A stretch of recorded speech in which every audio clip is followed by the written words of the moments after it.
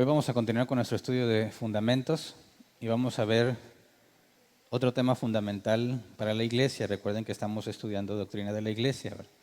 Y el domingo pasado estudiamos el tema de los pobres. Acuérdense de los pobres y la responsabilidad que tiene la iglesia para con los pobres. Hoy vamos a estudiar lo que los cristianos le llamamos la Gran Comisión. Y obviamente espero que recuerden que ya estudiamos el tema del Evangelio, el tema de que es un evangelista. Así que hablar de la Gran Comisión, no voy a entrar en muchos detalles porque ya los vimos en distintos temas de fundamentos. Pero quisiera que vayamos por favor a Mateo 28, versículo 16 al 20. Dice, los 11 discípulos fueron a Galilea, a la montaña que Jesús les había indicado. Cuando lo vieron, lo adoraron, pero algunos dudaban. Jesús se acercó entonces a ellos y les dijo, se me ha dado toda autoridad en el cielo y en la tierra. Por tanto, vayan y hagan discípulos de todas las naciones, bautizándolos en el nombre del Padre, y del Hijo, y del Espíritu Santo, enseñándoles a obedecer todo lo que les he mandado a ustedes, y les aseguro que estaré con ustedes siempre hasta el fin del mundo.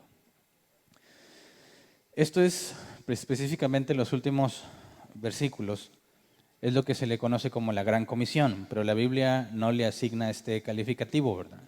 La Biblia no dice que esta sea una gran comisión, los cristianos lo decimos.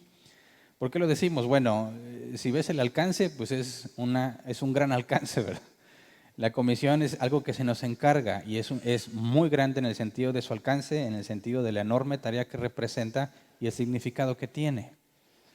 Hablar de la Gran Comisión, muchos piensan que es hablar de evangelismo, pero aunque es cierto en parte, la Gran Comisión no todo es evangelismo. Así que vamos a tocar ciertas cosas del evangelismo. Hablamos del evangelio, hablamos del evangelista, pero no hablamos en sí del evangelismo. Pero me parece que la Gran Comisión debe de marcar el rumbo que la iglesia cristiana debe de seguir. Es común ver iglesias con el rumbo perdido cuando no se aplica lo que Jesús nos instruyó en la Gran Comisión. Y te puedes dar cuenta cuando le preguntas a los cristianos a qué van a la iglesia. Pocas veces me ha tocado experimentarlo aquí entre nosotros, personas que porque eran nuevas no lo entendían, o personas como a veces les digo ya amañadas o correteadas, es decir, personas que estaban en otras congregaciones, llegan a esta congregación y tienen una expectativa de lo que es la iglesia y se comportan de acuerdo a la expectativa que ellos tienen, no de acuerdo a lo que la Biblia dice que es la iglesia. Y es común ver a los cristianos que ven a la iglesia como un lugar donde van a alimentarse, donde son suplidas sus distintas necesidades de distintas formas. Y aunque es cierto que en la iglesia puede haber ese tipo de cosas, lamentablemente algunos cristianos lo ven como una relación cliente-proveedor. Lo ven como si este fuese un centro de servicio donde vienen a ser atendidos. Y de alguna forma consideran que la ofrenda que ellos lleguen a dar se convierte en una especie de pago a cambio de los servicios que van a ofrecer. ¿Me explico? Entonces llegan y tienen la expectativa de que las cosas estén bien de acuerdo a su criterio porque ellos están contribuyendo económicamente y esperan recibir lo que ellos creen que merecen. Algunos vienen buscando motivación. Es decir, llegan agotados de la semana y dicen, yo necesito que me llenen de energías, que me llenen de esperanza, y quieren que alguien les hable de las promesas de Dios para su vida, que normalmente esas promesas están sacadas fuera de contexto y no son para sus vidas. Pero están buscando que alguien les llene de motivación para seguir la semana. Otros vienen a buscar simplemente consejo para sus problemas de matrimonio, de relaciones, de finanzas, de hijos, laborales, etcétera. Vienen a buscar consejo y están esperando que se le atienda. Y algunos se quejan si no reciben consejo con la brevedad que ellos esperan. Otros vienen a buscar información bíblica solamente, ¿verdad? A ver qué aprenden de la Biblia. Y consideran que la ofrenda es el pago para que le estén dando información. Y por último, me parece que hay algunos que vienen a suplir necesidades sociales.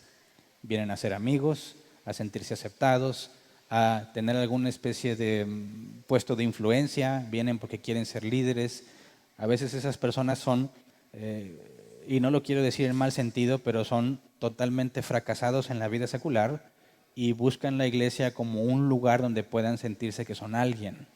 Y son personas que aparentemente están buscando a Dios porque ves que le echan muchas ganas, pero su motivación es ser alguien en la iglesia, ya que en la vida no son nada. No sé si me explico. Alguna vez conocí en la universidad, yo estuve en matemáticas, mi esposa también, y éramos muy poquitos, por obvias razones, y todos locos.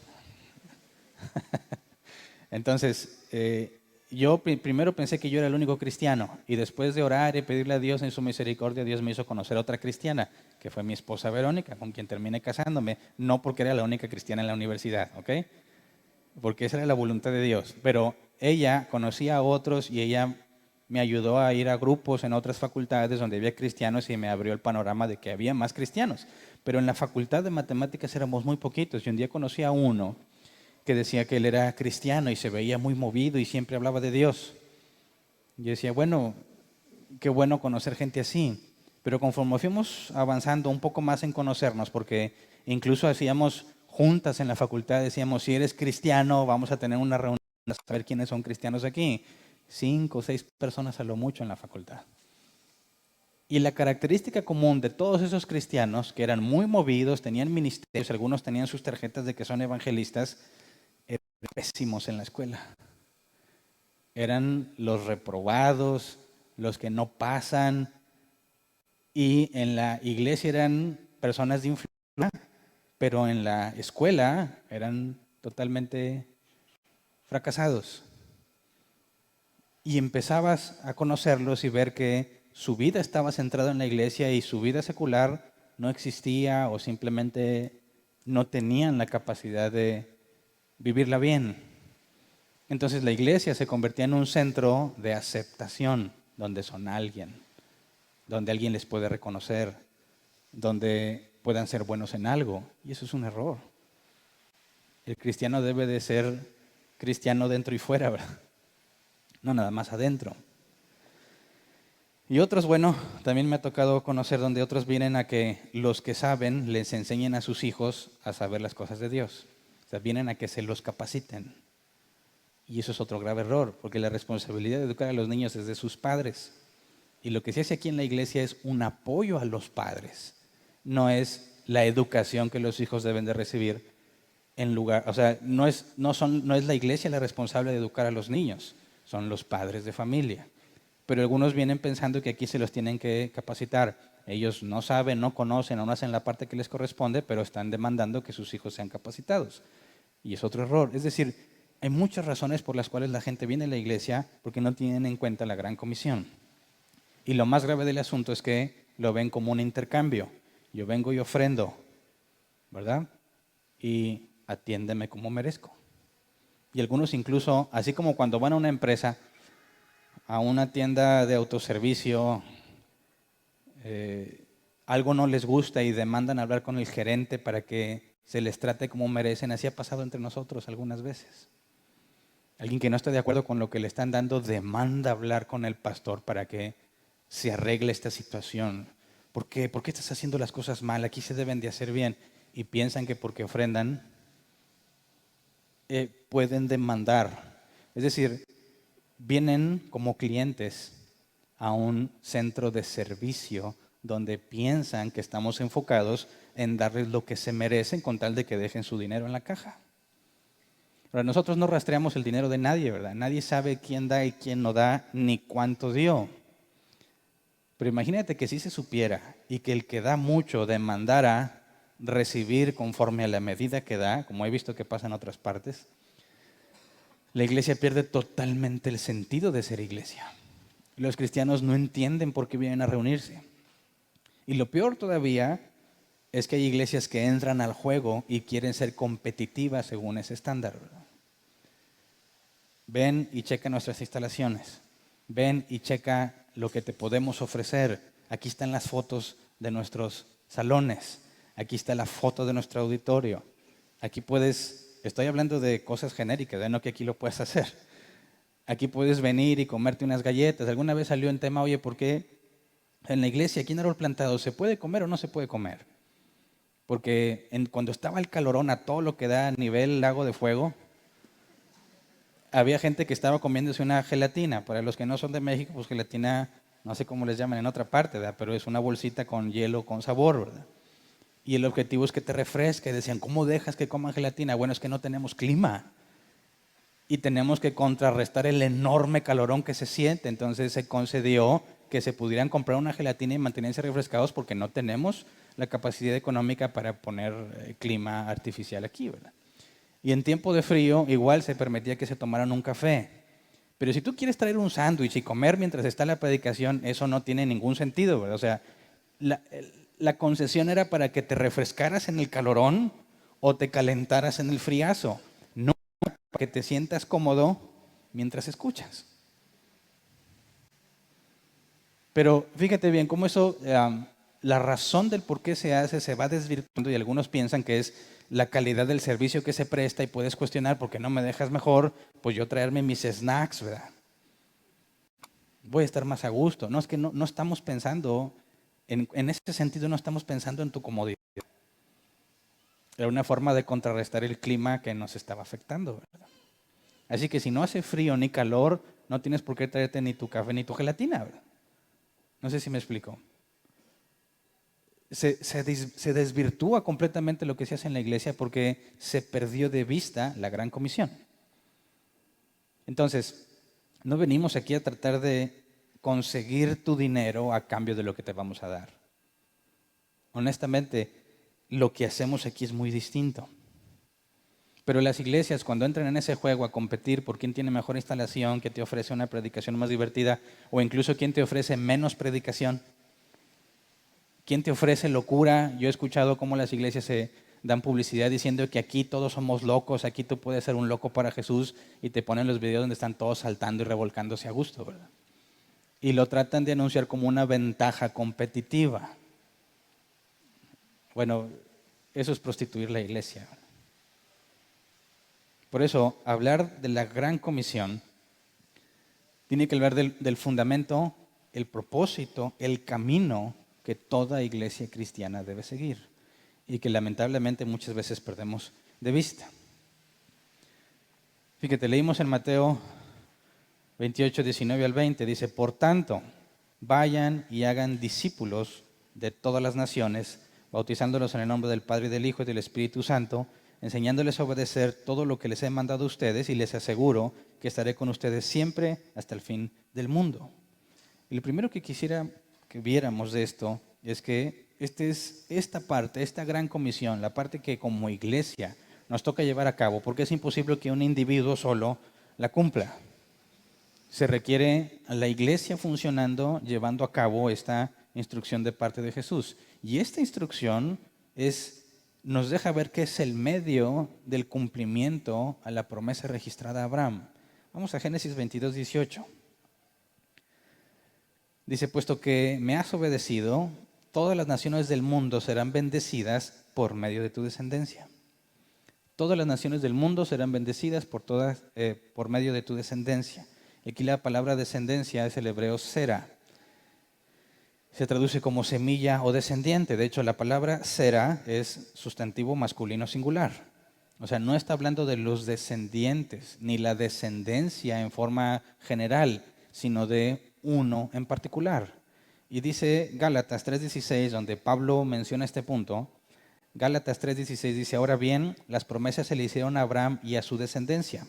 La Escritura no dice y a los descendientes como refiriéndose a muchos, sino y a tu descendencia, dando a entender uno solo, que es Cristo. Ahora, aquí el problema es nuestra traducción, ¿verdad? Quizás aquí hubiera dicho y a tu descendiente, y ahí hubiese quedado más claro que se refiere a uno. Pero cuando habla de descendencia, partiendo del hebreo que se menciona que es un sustantivo masculino singular, está hablando que un descendiente de Abraham es el que va a bendecir a todas las naciones. No Abraham ni toda su descendencia, un descendiente en particular, y ese descendiente es Cristo. Y luego vamos a Salmos 22, 27. Dice, se acordarán del Señor y se volverán a Él todos los confines de la tierra. Ante Él se postrarán todas las familias de las naciones, porque del Señor es el reino. Él gobierna sobre las naciones. Ahora, este no es un pasaje a favor del universalismo. Cuando dice que todas las naciones o todas las familias se van a postrar, no está diciendo que todas sin excepción, sino todas sin distinción. ¿Se entiende la diferencia? O sea, esto no significa que todos se van a salvar y que todos van a venir, no, sino que sin distinción, como dice otra parte en la Escritura, de toda tribu, lengua y nación. De todas partes, por medio de uno, ¿verdad? Dice, porque del Señor es el reino, Él gobierna sobre las naciones. Y lo primero que Jesús dijo, antes de decir, por tanto vayan, dijo, toda autoridad me es dada. Él es el Señor de todos. Y puesto que Él es el Señor, se nos manda, no se te aconseja o se te sugiere, se te manda ir y hacer discípulos. Entonces, la promesa que se le dio a Abraham, que conforme va avanzando la Biblia, va dejando más clara la información, ahora con la iglesia, por medio del descendiente de Abraham, que bendecería a todas las naciones, que nos encomienda a ir a todos lados a ser discípulos, somos el medio que Dios designó para cumplir la promesa que se hizo a Abraham. ¿Me explico? No sé si lo habías visto de esa perspectiva. Lo que Dios le prometió a Abraham, lo ha encomendado a la iglesia llevarlo a cabo, para que en todas las naciones se recojan a los que han sido elegidos para salvación. Entonces, cuando vemos la trascendencia de la gran comisión, tenemos que ver que no se trata de nosotros mismos. Venimos a la iglesia no porque estamos pensando en nosotros mismos. Hacemos lo que hacemos en la iglesia no porque estamos pensando en nosotros mismos, sino porque tenemos que cumplir lo que Jesús encomendó. Ahora, parte de las cosas que yo listé que una persona viene a buscar erróneamente, algunas de esas son válidas, es decir, la iglesia sí puede proveer mucho de eso, pero no es la razón por la que vienes. No podemos perder el rumbo, el objetivo fundamental como iglesia, la razón por lo que hacemos, y pensar que simplemente así es la vida cristiana. Pues mira, vengo a la iglesia, escucho una predicación, tengo que servir porque si no me quitan la membresía. Tengo que hacer algo, no sé, subir la foto al grupo de miembros cuando me junte con otros y ya, o sea, aquí voy a estar toda la vida. No, no es eso, ¿verdad? Por eso quisiera que analizáramos parte por parte de la Gran Comisión y sería nuestro ejercicio el día de hoy. Partiendo de todo lo que ya estudiamos, vamos a ir enfocándonos en cómo la iglesia debe llevarlo a cabo. Y cuando dice la primera parte, el primer paso, cuando dice, por tanto vayan, ese por tanto asume primero la autoridad de Cristo, ¿verdad? Está sobre todo principado y sobre toda autoridad, humana y celestial. Y entonces te encomienda que vayas, pero la instrucción es ir, ¿verdad?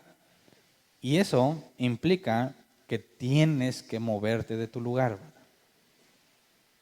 El ir implica que no puedes simplemente esperar a que la gente venga. Claro que la gente va a venir, pero no está hablando de si pueden venir o no, sino de la tarea que tú tienes que hacer. Ahora, recuerda, no estamos hablando de la tarea centrada en un individuo, es decir, no eres tú quien tiene que cumplir todo en la Gran Comisión, es la iglesia en su conjunto los que tenemos que cumplir con la Gran Comisión. Entonces, vamos a Romanos capítulo 10, versículo 14 al 15. Pablo hace una serie de preguntas retóricas, ¿verdad? Dice Romanos 10, 14 al 15. Ahora bien, ¿cómo invocarán a aquel en quien no han creído? ¿Y cómo creerán en aquel de quien no han oído? ¿Y cómo oirán si no hay quien les predique? ¿Y quién predicará sin ser enviado? Así está escrito, qué hermoso es recibir al mensajero que trae buenas nuevas. Entonces, alguien tiene que ser enviado y muchas veces en nuestra mente ser enviado nos lleva a pensar a otros países, ¿verdad? Que me envíen, no sé, a África, que me envíen allá donde haya osos, allá en Canadá. Dices, pues yo estoy esperando que me envíes. No, es que ser enviado no necesariamente implica que vas a recorrer grandes distancias. Puedes ser enviado a tu colonia. No sé si me explico.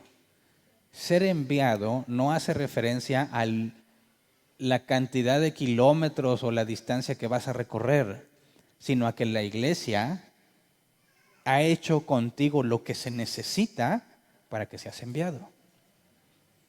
Ahorita vamos a hablar de evangelismo, pero quisiera que viéramos que para que nosotros obtuviéramos salvación, el Padre envió a Cristo, ¿verdad? Él vino. Y después de resucitar, el Padre y Jesús enviaron al Espíritu Santo, ¿verdad? Jesús le dice a los apóstoles, vayan. Pero nada de eso sucedió la primera vez que se encontraron con Jesús, ¿verdad? Si te fijas, en la Gran Comisión nunca se menciona el Evangelio. Id y hacer discípulos. Todos lo relacionamos con la evangelización, pero la palabra evangelio en la Gran Comisión no aparece. Entonces, no todo es evangelismo. Es parte fundamental de la Gran Comisión, pero no todo es evangelismo. Lo primero es que tienes que ir, y para ir tiene que ser en base a la autoridad de Cristo. Así que no se trata de que tú digas, yo voy, simplemente, sino que seas enviado. Es una diferencia muy importante. Todos sabemos que el que no tenga el evangelio bíblico tiene un falso evangelio. Y muchos se autoproclaman enviados y van y hablan un falso evangelio. Pero cuando hablamos del contexto de la iglesia, hay una responsabilidad en que la iglesia envíe. Y para poder enviarlo, tuvo primero que capacitarlo, que prepararlo, de manera que sea un fiel predicador, alguien que anuncie fielmente el evangelio. Entonces, cuando nos habla de ir, vamos a Lucas 9:23. Ir implica un sacrificio para nosotros, para el que va a ir. Lucas 9:23, dirigiéndose a todos, declaró, si alguien quiere ser mi discípulo, que se niegue a sí mismo, lleve su cruz cada día y me siga. Por tanto, vayan, implica un sacrificio de todo aquel que es enviado, de todo aquel que va a ir. En lugar de estar pensando solamente en sus propios asuntos, tiene que pensar en el posible bienestar de otros, aún a pesar de su propia integridad física. Sabemos que en distintas ocasiones Pablo estuvo al borde de la muerte, ¿verdad? Por naufragio, o por ser apedreado, o por peligro de ladrones, o haber sido azotado, encarcelado, y como que ya lo seguía haciendo, ¿verdad? Así que la primera parte se requiere que sea un cristiano el que lo haga. Es decir, cuando preguntas qué es primero, el huevo o la gallina, en cuestión de la Gran Comisión, ¿qué es primero, el convertido o el evangelio? Se requiere primero un convertido. Como para el dilema del huevo y la gallina, se requiere primero la gallina. Entonces, es Jesús quien encomienda a sus discípulos y ese es el primer paso que tenemos que imitar. Tenemos que ir, pero no porque tú te lo propusiste simplemente, sino porque la iglesia te envía. Y el sacrificio que se tiene que hacer, ahí sí puede ser un sacrificio en la congregación completa, porque para mandarlo también hay que sostenerlo muchas veces, pero también es un sacrificio individual, porque el ser enviado implica un cambio en tu vida cotidiana, ¿verdad? Ya sea temporal o permanentemente, se requiere que te niegues a ti mismo. Para poder hablar de otros, de Cristo, vas a perder muchas cosas, entre ellas tu reputación, porque el mensaje es locura para el que lo escucha.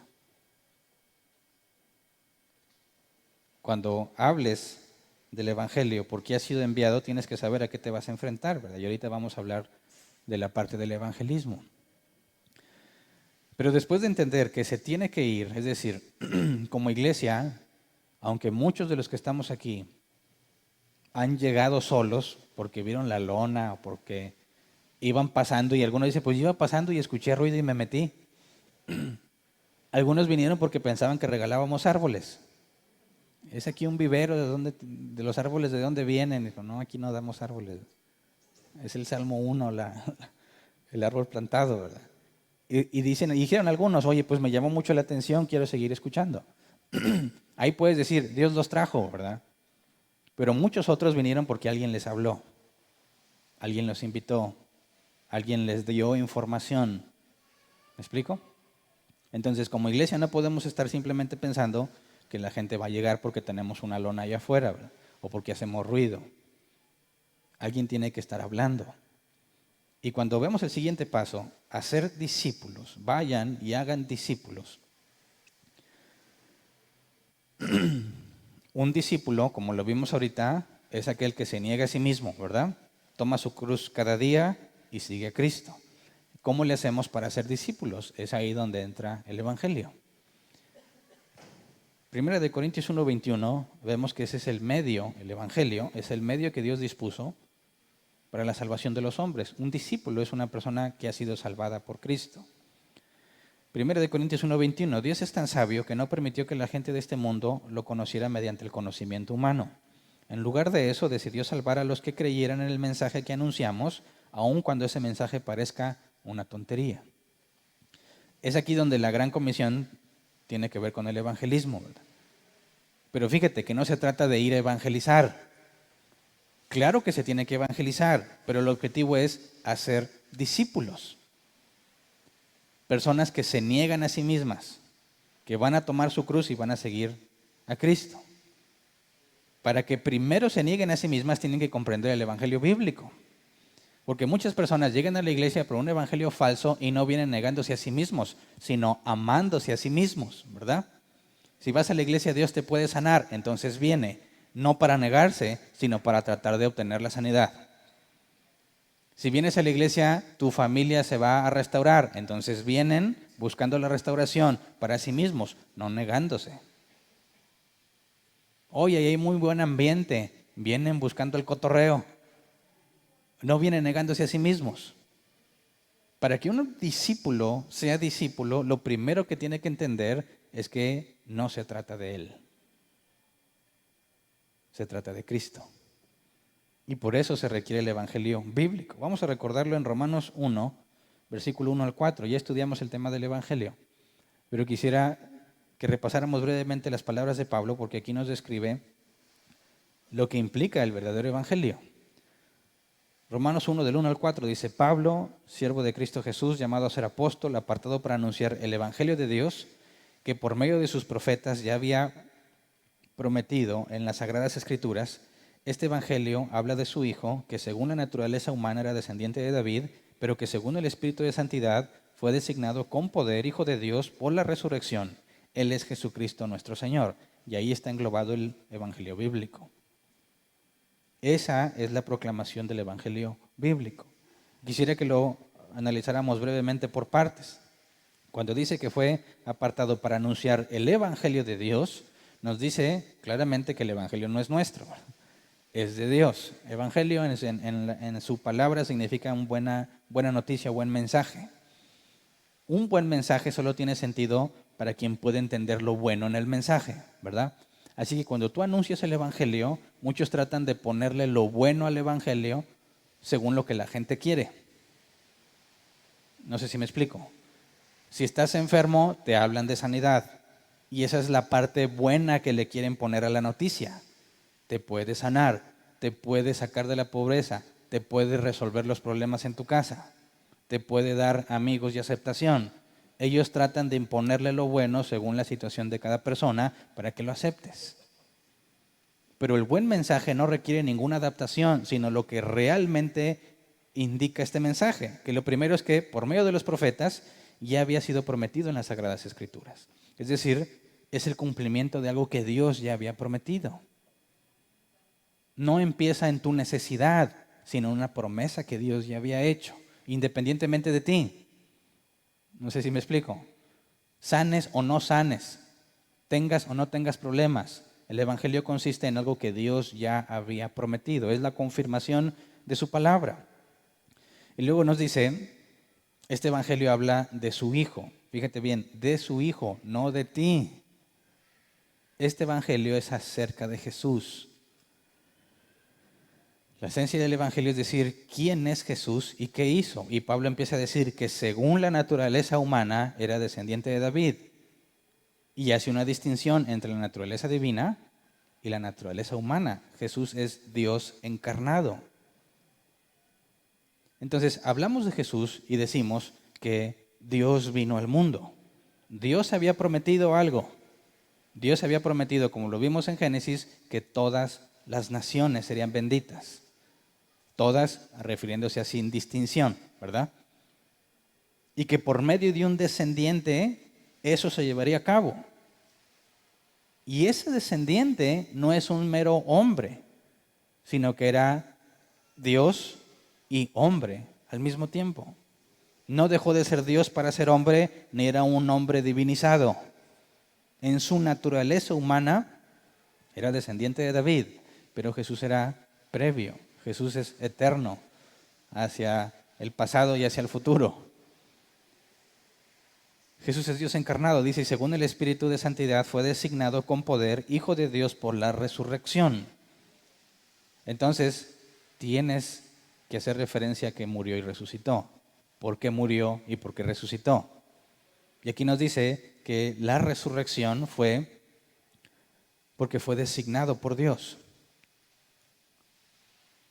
Fíjate bien que hasta este punto no hemos hablado de tu enfermedad, de tus problemas, de tus sueños, de tus deseos. No estamos hablando de ti. Estamos hablando de Dios. Si eliminas la resurrección, si tú le dices, mira, Dios te puede sanar, tú nada más entrega tu vida a Cristo, y no mencionaste para nada la resurrección, es más, a muchos ni les importa hablar de la resurrección, dice el apóstol Pablo en 1 Corintios 15, 14 y 19, dice, y si Cristo no ha resucitado, nuestra predicación no sirve para nada, como tampoco la fe de ustedes. No sirve para nada si no hay resurrección. ¿Por qué? Si mucha gente viene porque quiere sanidad, y a veces Dios en su misericordia los transforma a pesar de que sus intenciones al venir no eran las correctas. Ha habido personas que llegan nada más a ver qué encuentran contra nosotros. Y aquí Dios les habla. Ni siquiera venían buscando sanidad, a ver qué le encuentro para demostrarles que están mal. Y aquí Dios les habla. Pero si tú eliminas la resurrección, conviertes a Jesús en un mero dador de deseos. En una especie de ser que parece más un abuelito que un señor. Señor en el sentido de ser dueño de las cosas. Porque tenemos esa tendencia de convertir a Dios en nuestro abuelito. Es decir, los papás normalmente nos toca ser los malos en la historia con los hijos, ¿verdad?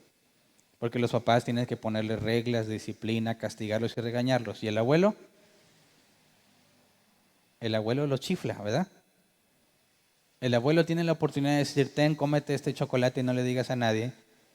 Cuando se supone que el bebé todavía no tiene la edad de comer chocolate, ¿verdad? Digo, a nosotros nos tocó. Estamos cuidando que Sadie no coma más que lo que la pediatra dijo y para nuestra sorpresa, pues ya le habían dado de todas las abuelas, ¿verdad? Cuando yo sea abuelo voy a chiflarlos también. Va a ser la hora de la venganza. Sus papás lo van a educar, pero yo quiero pasarla bien con ellos, ¿verdad? Y muchos ven a Dios así, que Él no te va a imponer nada, no te va a pedir nada, Él quiere hacerte feliz. Pero si Jesús murió y resucitó, la pregunta es ¿por qué murió? Y ahí es donde empieza a ser buena la noticia. Porque Él pagó el precio que te corresponde a ti. Porque la justicia de Dios te hubiese condenado a ti. Pero su misericordia hizo que enviara a su Hijo. Así que si Dios es justo, tú estás en serios problemas, pero no para meterle miedo. No sé si me explico. Algunos no quieren hablar del pecado y del infierno porque dicen es meterle miedo a la gente. Y es una técnica que funciona, porque tú les puedes hablar, hombre, ahí en el lago de fuego, mira, se te va a derretir la piel, y vas a sufrir y nunca se va a acabar, y agarras ideas de Dante y su obra, y a ver como un monstruo que te va a comer, y vas a sentir el dolor de que te corten por la mitad, pero te va a volver a crecer la mitad, y te va a comer otra vez, si no te arrepientes. Así que ¿quieres recibir a Jesús? Quien haya caído en la historia va a decir, pues claro, yo no quiero estar en ese lugar, pero no se trata de eso. ¿Te fijas? Ahí estás tratando tú de hacer buena la noticia metiéndole miedo a la gente. No se trata de meterle miedo a la gente, sino de identificar si Dios les dio convicción de pecado. Porque si tú le dices a una persona que Dios va a juzgar al mundo, y él no tiene convicción de pecado, le va a ser indiferente, indistinto. Ah, pues qué bien, no me importa. Pero aquel que ya Dios le permitió saber que es un pecador y se le dice que Dios va a juzgar al mundo por medio de Jesús, él va a sentir la necesidad de pedir clemencia. No porque le metiste miedo, sino porque Dios ya lo hizo consciente de su pecado. Así que hablar de tu pecado, la condenación y el infierno no es para atemorizarlos, sino para saber si Dios los hizo conscientes de su propio pecado. La muerte y la resurrección de Jesús tiene que ver con la buena noticia. Él llevó tus pecados, los pagó y su justicia es puesta en ti. Eso es bueno solamente para aquel que se sabe pecador. Y sabemos que la conciencia de pecado, de manera que genere arrepentimiento, es un don de Dios. Ese es el nuevo nacimiento.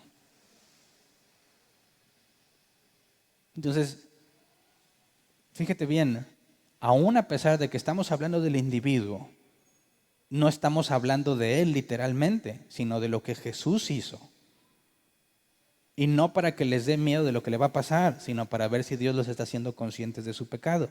Entonces la resurrección, si tú la eliminas, no hay nada que hacer. ¿Cómo explicas que alguien fue librado? ¿Librado de qué? Si lo que Dios tiene para mí es un plan maravilloso, no hay nada que yo tenga que hacer, más que hacer la oración junto con ellos, dicen ellos. El evangelio sin la muerte y la resurrección de Jesús no tiene sentido, no es evangelio.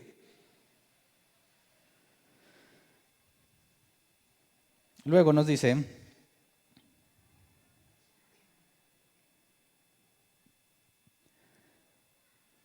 según el Espíritu de Santidad fue designado con poder Hijo de Dios por la resurrección, y nos dice que, bueno, vamos a llegar otra vez al pasaje porque yo seguí bajando en mis notas y lo dejé ya muy arriba.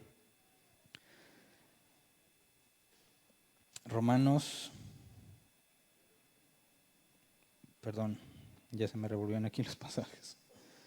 Romanos 1, 1 al 4. Este evangelio habla de su Hijo, que según la naturaleza humana era descendiente de David, pero que según el Espíritu de Santidad fue designado con poder Hijo de Dios por la resurrección. Él es Jesucristo nuestro Señor. Y esa última parte en el evangelio implica que Él es el juez de todo. Él es el dueño de todo. Él es quien gobierna sobre todas las cosas y que, como Pablo le dijo a los griegos, tienes que sujetarte a Él. No nada más pagó. No nada más te puso su justicia, sino que Él va a juzgar. Y va a juzgar a todos, sus hijos y los que no son sus hijos. Unos para salvación y otros para recompensa. Pero si Él es Señor, en el término griego, si Él es el Curios, Él es el dueño de todo, no es simplemente tu amigo Jesús, ¿verdad? Es asombroso como algunos le llaman Chuyito, Jesucito, Diosito. No, Él es el Señor. Y en nuestro idioma no tiene sentido de hablar de un Señor, ¿verdad? Porque a cualquiera le dice Señor, Señor, ¿qué horas son? Pero en griego, hablar del Señor es hablar de Dios mismo.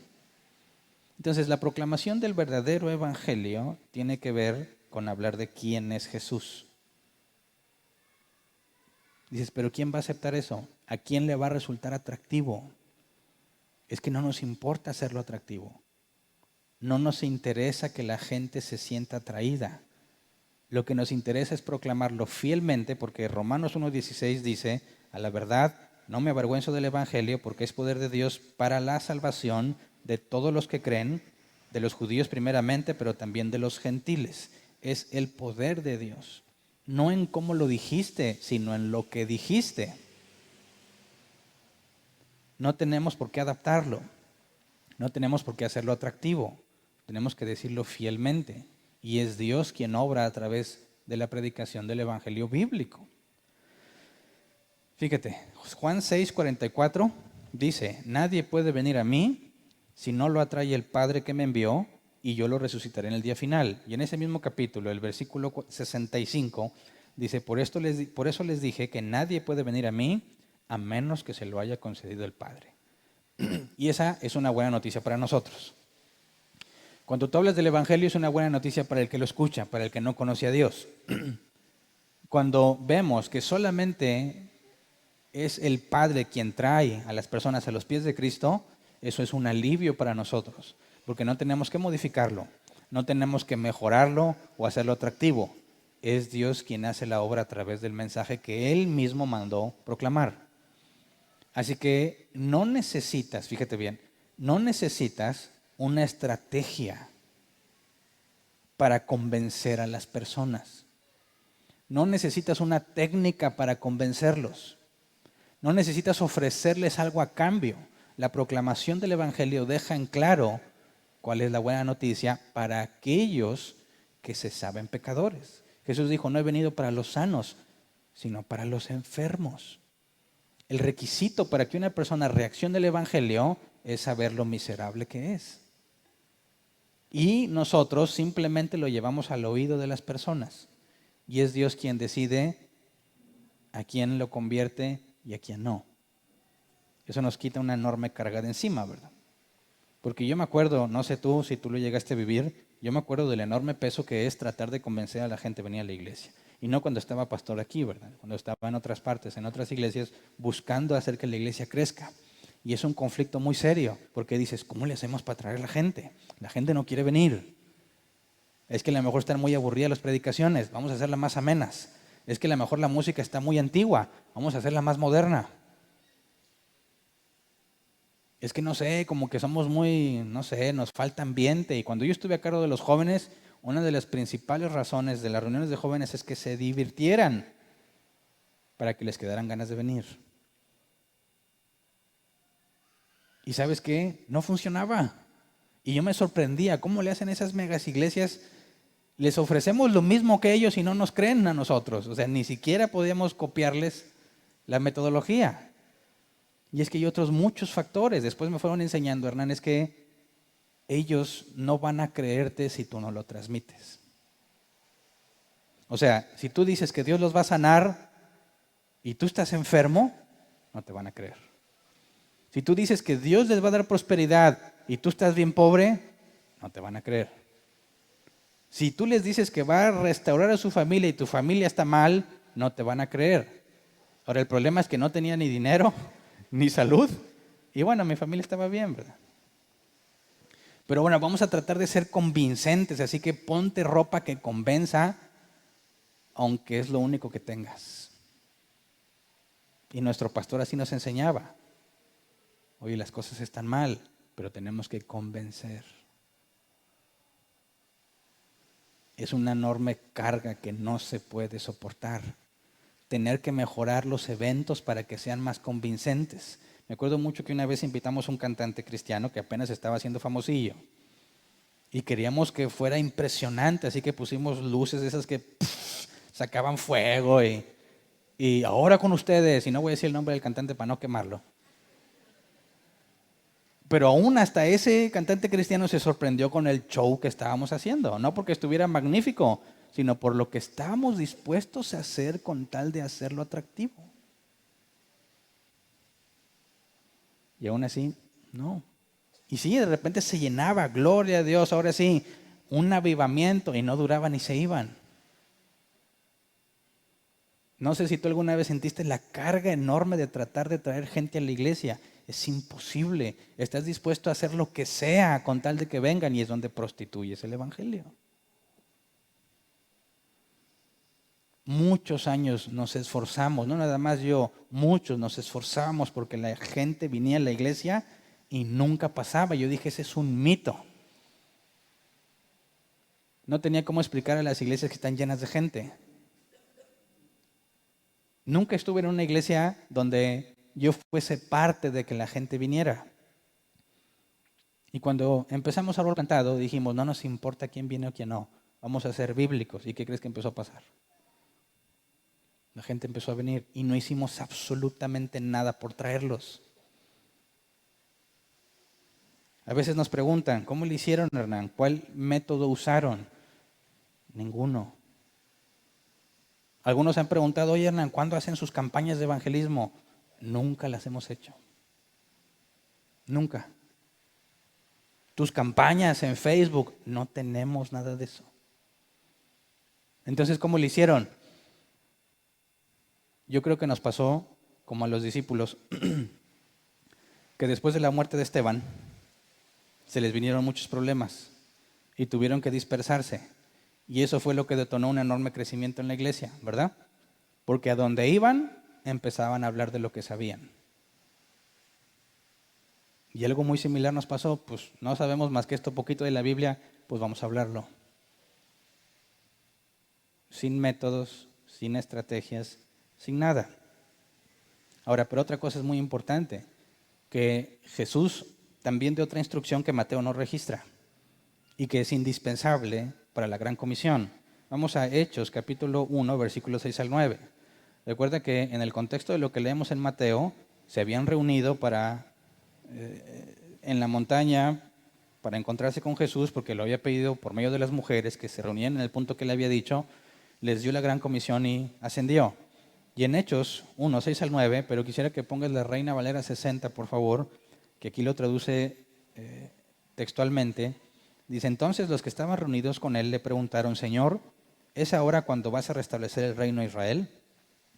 No les toca a ustedes conocer la hora ni el momento determinados para la autoridad misma del Padre, les contestó Jesús.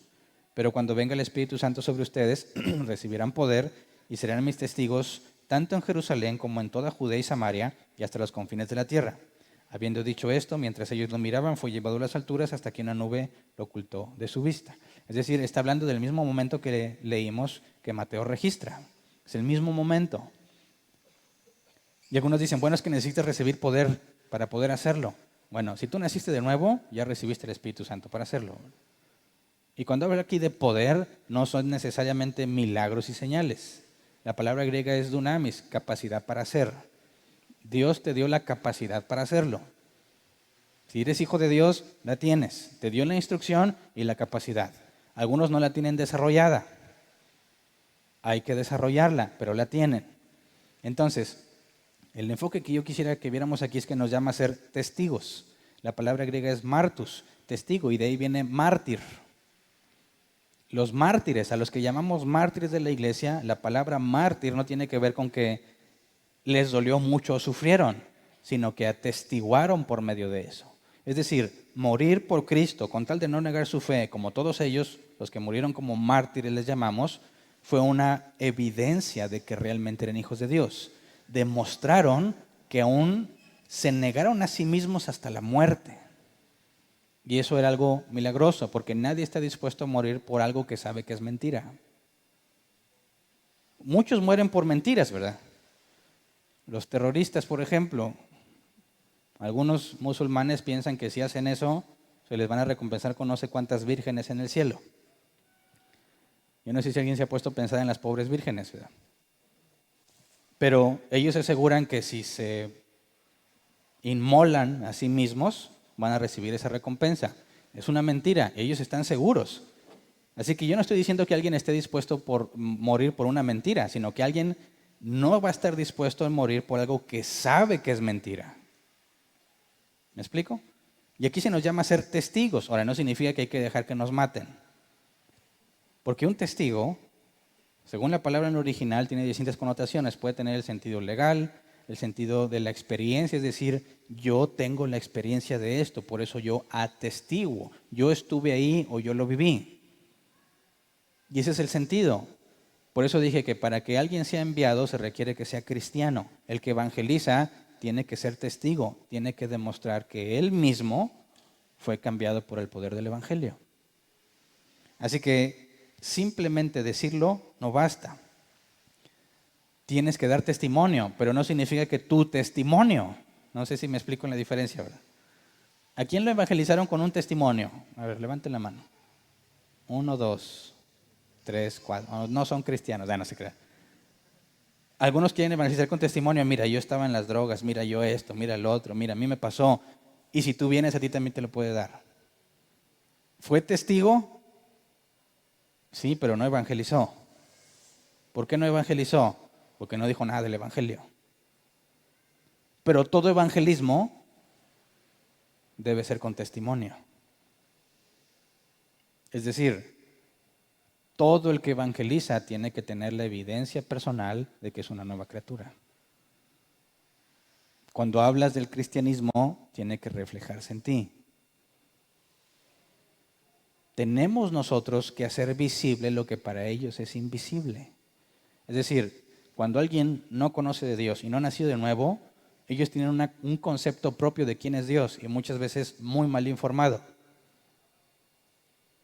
Y no pueden ver a Dios en nada de lo que hacen. Nosotros, dice la Escritura, que nacimos de nuevo, somos uno en Cristo. Y el Espíritu Santo mora en nosotros. Así que nosotros somos lo único que ellos pueden ver de Cristo. Es como cuando un doctor te dice que no fumes, es que usted no debería fumar. Eso hace mucho daño a los pulmones, créame. O no coma comida chatarra. Entras al McDonald's y te encuentras al doctor ahí, ¿verdad? El hijo que recibe instrucción de su padre. Tú debes ir a la iglesia y estudiar la Biblia y él nunca lo hace. Tú debes ser honesto y cuando haya algo, encuentra algo, ve la deshonestidad. No sirve, se convierte en hipocresía. El cristiano que diga, tienes que humillarte ante Cristo, él tiene que tener una vida que refleje esa humillación. Así que alguien va a escuchar el Evangelio, pero también tiene que verlo en la persona que lo está proclamando.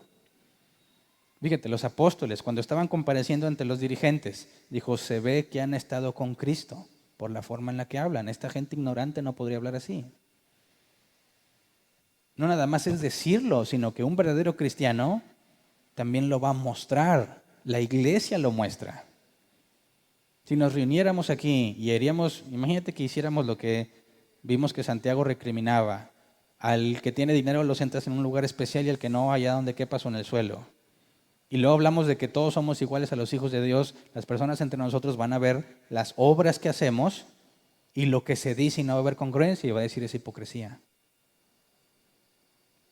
Pero si hiciéramos lo que la Biblia dice y proclamamos lo que la Biblia dice, hay congruencia.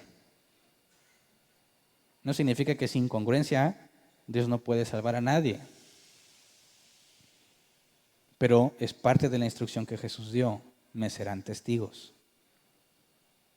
Entonces, ¿qué has hecho tú con esta tarea? Porque cuando hablamos de que debemos evangelizar, muchas veces, y te lo digo por experiencia propia, cuando me hablaban de esto, yo sentí un enorme peso. Porque yo me ponía a pensar, pues yo casi no he evangelizado. Yo no he hecho ningún discípulo. Yo no he enviado a nadie. Se vuelve un tema complejo, pero no todos los cristianos son llamados a ser evangelistas. ¿Verdad? Vimos el ministerio de evangelista. Y Pablo decía, ¿son todos maestros? ¿Son todos profetas? No. Y eso me daba un enorme alivio. Porque yo no soy evangelista. Yo por más que luchaba por hacer lo que otros hacían, a mí me daba cuenta que no me funcionaba. Las 4 leyes espirituales no me funcionaba. Hablarles del infierno no me funcionaba. Show de mimos, la gente venía y luego ya no quería nada y no funcionaba. Y yo me frustraba mucho. Y cuando decía, es que no es para todos, ya. Pero todo cristiano debe evangelizar. ¿Se entiende la diferencia? No todos los cristianos son evangelistas, pero todos los cristianos deben evangelizar. Evangelista es el que tiene la carga continua por predicar el evangelio a los que no lo han oído. Todos los cristianos deben evangelizar y no necesariamente van a tener esa carga continua, sino que van a aprovechar toda oportunidad para hacerlo.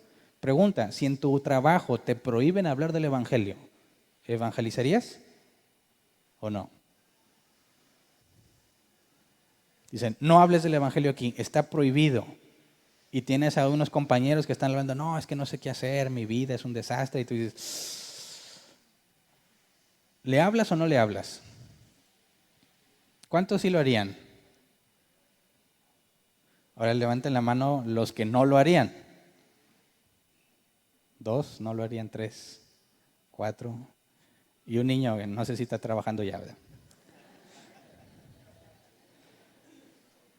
Bueno, ¿cuál sería la respuesta bíblica? ¿Mm? A ver, analicemos. ¿Te están prohibiendo hablar del Evangelio o te restringen a no hacerlo ahí? Hay una diferencia muy grande, ¿verdad? Y tú cuando aceptaste ese trabajo, firmaste y te comprometiste a cumplir con las políticas, ¿verdad? Así que si tú estás incumpliendo las políticas que tú previamente aceptaste, estás en pecado. Oye, pero es el Evangelio. Espérame, porque no lo hablamos en otra parte. Eso es lo que me refiero con la carga o el problema o la confusión que muchos cristianos experimentaban como yo lo experimentaba. Cristianos kamikazes. ¿Se acuerdan que hace mucho expliqué que era un cristiano kamikaze? ¿Te acuerdas que en la Segunda Guerra Mundial los kamikazes eran los que se inmolaban, estrellaban sus aviones contra barcos o centros estratégicos del enemigo? Y muchos cristianos tienen el mismo síndrome, como yo lo tenía. Ves la oportunidad y te avientas a matar, ¿verdad? Como si fuese el único momento que pudieras aprovechar en toda tu vida. Fíjate bien el contexto que te estoy hablando. Son tus compañeros de trabajo. Ahí los tienes, los ves más que a tu propia esposa. Ven la oportunidad y se tiran a matar. Y como están apurados, tienen que llegar al Evangelio pronto, pronto. Y a escondidas porque no los dejan. Y eso es incorrecto. ¿Verdad? Si tú entiendes bien que ves la necesidad, pero tienes reglas, no te preocupes, oye, te invito a echarnos un café. Nos sentamos a platicar y trato de compartirte del Evangelio. No sé si me explico. No es tu responsabilidad convertirlos. Por eso, cuando vemos que no todos son evangelistas, muchos sentimos alivio. Pero no te confundas. No significa que no le tienes que hablar a nadie.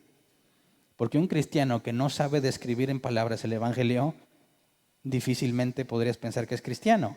Quizás está nuevecito, ¿verdad? Quizás Dios lo acaba de transformar y no sabe nada excepto la experiencia que acaba de vivir. Y podría decir, como el que era paralítico de nacimiento, decían, ¿cómo sanaste? No sé, yo simplemente sé que me sanó. Oye, ¿cómo sabes que eres cristiano? Pues acabo de nacer de nuevo, mira, yo no puedo explicarte con palabras, pero yo sé que dentro de mí no soy el mismo. Pero eso es alguien que acaba de nacer. Pero si va pasando el tiempo, ¿y qué es el Evangelio? Pues que Dios tiene un plan maravilloso para tu vida. Pues no, qué vergüenza. Entonces, sí, todos debemos evangelizar. Si no eres evangelista, y como en mi caso, yo creo, y ustedes pueden desmentirme o confirmarlo, si yo tengo que ver con el ministerio de enseñanza, yo voy a fracasar muchas veces si intento ser evangelista. No que no pueda hablar el evangelio, lo hablo en cada oportunidad que tenga, pero sé que no es lo mío, no es mi llamado. Dios puede convertir a las personas, claro, yo hago mi tarea de decirlo. A mí échenme a los cristianos. Mi carga es enseñarlos y capacitarlos, pero hay otros que van a tener la carga no de enseñarlos, sino de ir a buscarlos. Entonces yo como cristiano que no tengo la carga del evangelista, como quiera tengo que asegurarme de que el evangelio sea proclamado, aunque no lo esté haciendo yo literalmente. Pero como iglesia tenemos que asegurarnos que el evangelio se proclame. Y la intención es que cada uno conforme Dios lo ha llamado. No sé si me explico. Descansamos en la iglesia en el sentido de que yo no puedo abarcarlo todo como individuo, pero Dios ha repartido los dones como Él quiso. Y si hay alguien que se encarga de eso, apoyamos como sea posible, económicamente o como se pueda, en materia, en especie, lo que sea, hay que asegurarnos que esto se cumpla. Todos tenemos que evangelizar, aunque literalmente no estés haciendo tú el que está hablando. Pero como iglesia tenemos que asegurarnos de que eso funcione. Ahora, Dice después, bautizándolos en el nombre del Padre, del Hijo y del Espíritu Santo. Y eso ya lo estudiamos, ¿verdad? La ordenanza que se tiene que cumplir, el simbolismo que representa el bautismo, la muerte y la resurrección con Cristo. Así que no lo voy a estudiar a detalle. Brinquemos al que sigue, enseñándoles a obedecer todo lo que se les ha mandado a ustedes. La iglesia está para enseñar, ¿verdad? Entonces fíjate bien, los que son evangelistas o aquellos que hayan venido por la predicación del evangelio de alguno, hicieron un compromiso, se supone, van a ser bautizados, ¿y ahora qué sigue? Enseñarlos. La iglesia es un lugar donde se enseña. Si en la iglesia no se está enseñando, tienes graves problemas. Mira, Hechos 2, 41 al 42. Dice, así pues, los que recibieron su mensaje fueron bautizados, y aquel día se reunieron a la iglesia unas 3,000 personas. Se mantenían firmes en la enseñanza de los apóstoles, en la comunión, en el partimiento del pan y en la oración. Aquí está la gran comisión. Los que recibieron su mensaje, está la proclamación del evangelio, fueron bautizados, como dice la gran comisión, y se mantenían firmes en la enseñanza de los apóstoles. Y de esa enseñanza se desborda la demás, la comunión, el partimiento del pan y la oración. Efesios 4, 11 al 16. Él mismo constituyó a unos apóstoles, a otros profetas, a otros evangelistas y a otros pastores y maestros, a fin de capacitar al pueblo de Dios para la obra de servicio, para edificar el cuerpo de Cristo. De este modo, todos llegaremos a la unidad de la fe y del conocimiento del Hijo de Dios, a una humanidad perfecta que se conforme a la plena estatura de Cristo. Así ya no seremos niños zarandeados por las olas y llevados de aquí para allá por todo viento de enseñanza y por la astucia y los artificios de quienes emplean artimañas engañosas. Más bien, al vivir la verdad con amor, creceremos hasta ser en todo como aquel que es la cabeza, es decir, Cristo. Por su acción, todo el cuerpo crece y se edifica en amor, sostenido y ajustado por todos los ligamentos según la actividad propia de cada miembro. Es decir, si en la iglesia no se enseña, por eso hay cada gente loca que se dice cristiano y que está enseñando barbaridades antibíblicas. ¿A qué se debe eso? A que no fueron capacitados. ¿Por qué andábamos tan extraviados tú y yo antes? Por negligentes, número 1, y número 2, porque no se nos capacitó. Me imagino que es una experiencia, a la gran mayoría de aquí le debe quedar bien claro. Muchos de los errores que cometimos son culpa nuestra. Y muchos otros no teníamos ni cómo defendernos. Se nos capacitó mal. Entonces, algunos han dicho, oye Hernán, ¿no te parece que te enfocas demasiado en la Biblia? ¿No se supone que venimos a adorar? ¿Alguna vez te han dicho eso? ¿En qué momento le diste libertad al Espíritu? No sé si alguna vez te lo dijeron o lo pensaste.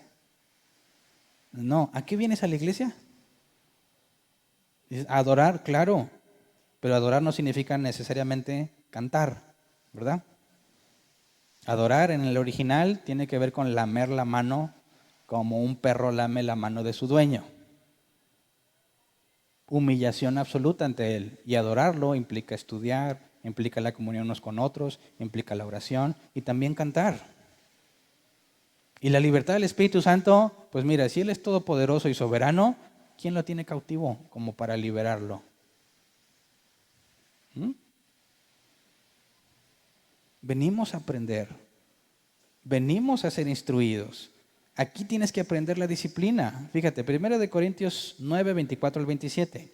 ¿No saben que en una carrera todos los corredores compiten, pero solo uno obtiene el premio? Corran pues de tal modo que lo obtengan. Todos los deportistas se entrenan con mucha disciplina. Ellos lo hacen para obtener un premio que se echa a perder. Nosotros, en cambio, por uno que dura para siempre. Así que yo no corro como quien no tiene meta, no lucho como quien da golpes al aire. Más bien, golpeo mi cuerpo y lo domino, no sea que después de haber predicado a otros, yo mismo quede descalificado. Fíjate bien lo que pasa. No sé si te ha pasado cuando tú llegas a un deporte nuevo o a una disciplina nueva. Tú eres el nuevo y no sabes ni qué, ¿verdad? Ya sea lo que te guste, karate, ajedrez, lo que sea. Cuando entres, eres el más rezagado de todos, ¿verdad? No tienes ni idea de qué. ¿Podrías decirme si la escuela es buena o no? ¿Quién sabe? Yo nomás me dijeron que tirara patadas en el caso de karate y las tiro todas chuecas y mal hechas. no tengo forma de determinar si me están enseñando bien o me están enseñando mal. Puedo estar en una escuela pésima y yo como quiera voy a estar feliz dando patadas chuecas. Pero conforme empiece a pasar el tiempo y empiece a agarrar disciplina y condición, tengo que empezar a darme cuenta de más cosas. Tengo que empezar a madurar. Tengo que empezar a ver cómo llegan otros que saben menos. Tienes que empezar a ver tu avance, si es que fuiste constante, ¿verdad? Y llega el punto en que dices, pues ya me sé todo lo que hacemos aquí y ya me sale. ¿Será una buena escuela o no? Pues mira, no he estado en ninguna otra, quién sabe. Ese es un problema que muchos cristianos tienen, ¿verdad? Dicen, pues yo aquí crecí, aquí nací toda mi vida, o sea, quién sabe. ¿Qué hay en otras iglesias? Quién sabe. Y algunos piensan que nomás su iglesia se va a salvar, ¿verdad? No, esta disciplina ¿de qué habla? Yo, en lo personal, corro la carrera. Yo me disciplino, me niego a mis deseos. Yo estudio la palabra, me nutro de las cosas de Dios. Y cuando voy a la iglesia, recibo instrucción que quizás yo nunca hubiera encontrado solo. Pero puedo determinar si lo que me están diciendo es bíblico o no lo es. Porque yo tengo mi perspectiva y cuando voy con la iglesia se debe complementar o desechar lo que yo pensaba. Pero te da el parámetro para determinar si estás bien o estás mal en base a la Biblia, no en base a la iglesia. Y eso se debe aprender aquí. Y qué felicidad te va a dar cuando digas, oye, encontré en la Biblia y sí es cierto. Escuché a otro predicador que es de sana doctrina y también lo dice. Digo, porque la verdad, si el Espíritu Santo te lo reveló, no debe ser el único, ¿verdad? ¿O tú crees que nada más a ti te va a revelar cosas y a nadie más? Claro que no. Si tú crees que eres el único que sabe, entonces preocúpate. Porque el Espíritu Santo le revelará a todos los que son de Dios lo que el Padre ha dicho. Así que la interpretación no es privada, ¿verdad? Por último, 1 Corintios 3, 5 al 9. Venimos a crecer aquí por medio de los ministerios aquí, pero el mérito no es de los de aquí. Dice, después de todo, ¿qué es Apolos y qué es Pablo? Nada más que servidores por medio de los cuales ustedes llegaron a crecer según lo que el Señor le asignó a cada uno. Yo sembré, Apolos regó, pero Dios ha dado el crecimiento. Así que no cuentan ni el que siembra ni el que riega, sino solo Dios, quien es el que hace crecer. El que siembra y el que riega están al mismo nivel, aunque cada uno será recompensado según su propio trabajo. En efecto, nosotros somos colaboradores al servicio de Dios y ustedes son el campo de cultivo de Dios, son el edificio de Dios. Entonces, no hay ningún mérito personal entre nosotros, ¿verdad? Si hacemos lo que se nos pide, es Dios quien hace crecer. Si hablas el Evangelio como es Dios quien convierte a las personas. De manera que Él es el único que merece la gloria y la honra. A nosotros, como dice aquí, a cada uno se le recompensará según su trabajo. Pero somos iguales todos.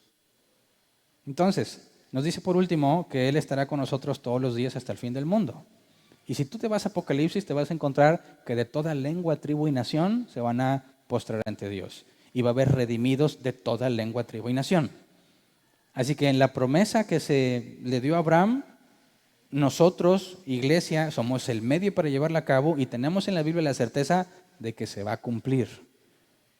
Así que si ya sabemos que lo que prometió lo va a cumplir y yo soy el medio, ¿qué nos corresponde? Ser fieles a lo que dice. Es un hecho que todos los que están escritos en el libro de la vida se van a salvar. Y el medio que Dios designó está en la predicación del Evangelio, en la gran comisión como enfoque global que tenemos que cumplir. Entonces dime, ¿qué te mereces al venir a esta congregación? ¿Qué servicios vas a reclamar según la ofrenda que das? ¿Cómo vas a determinar si es una iglesia sana o no? ¿A qué vienes?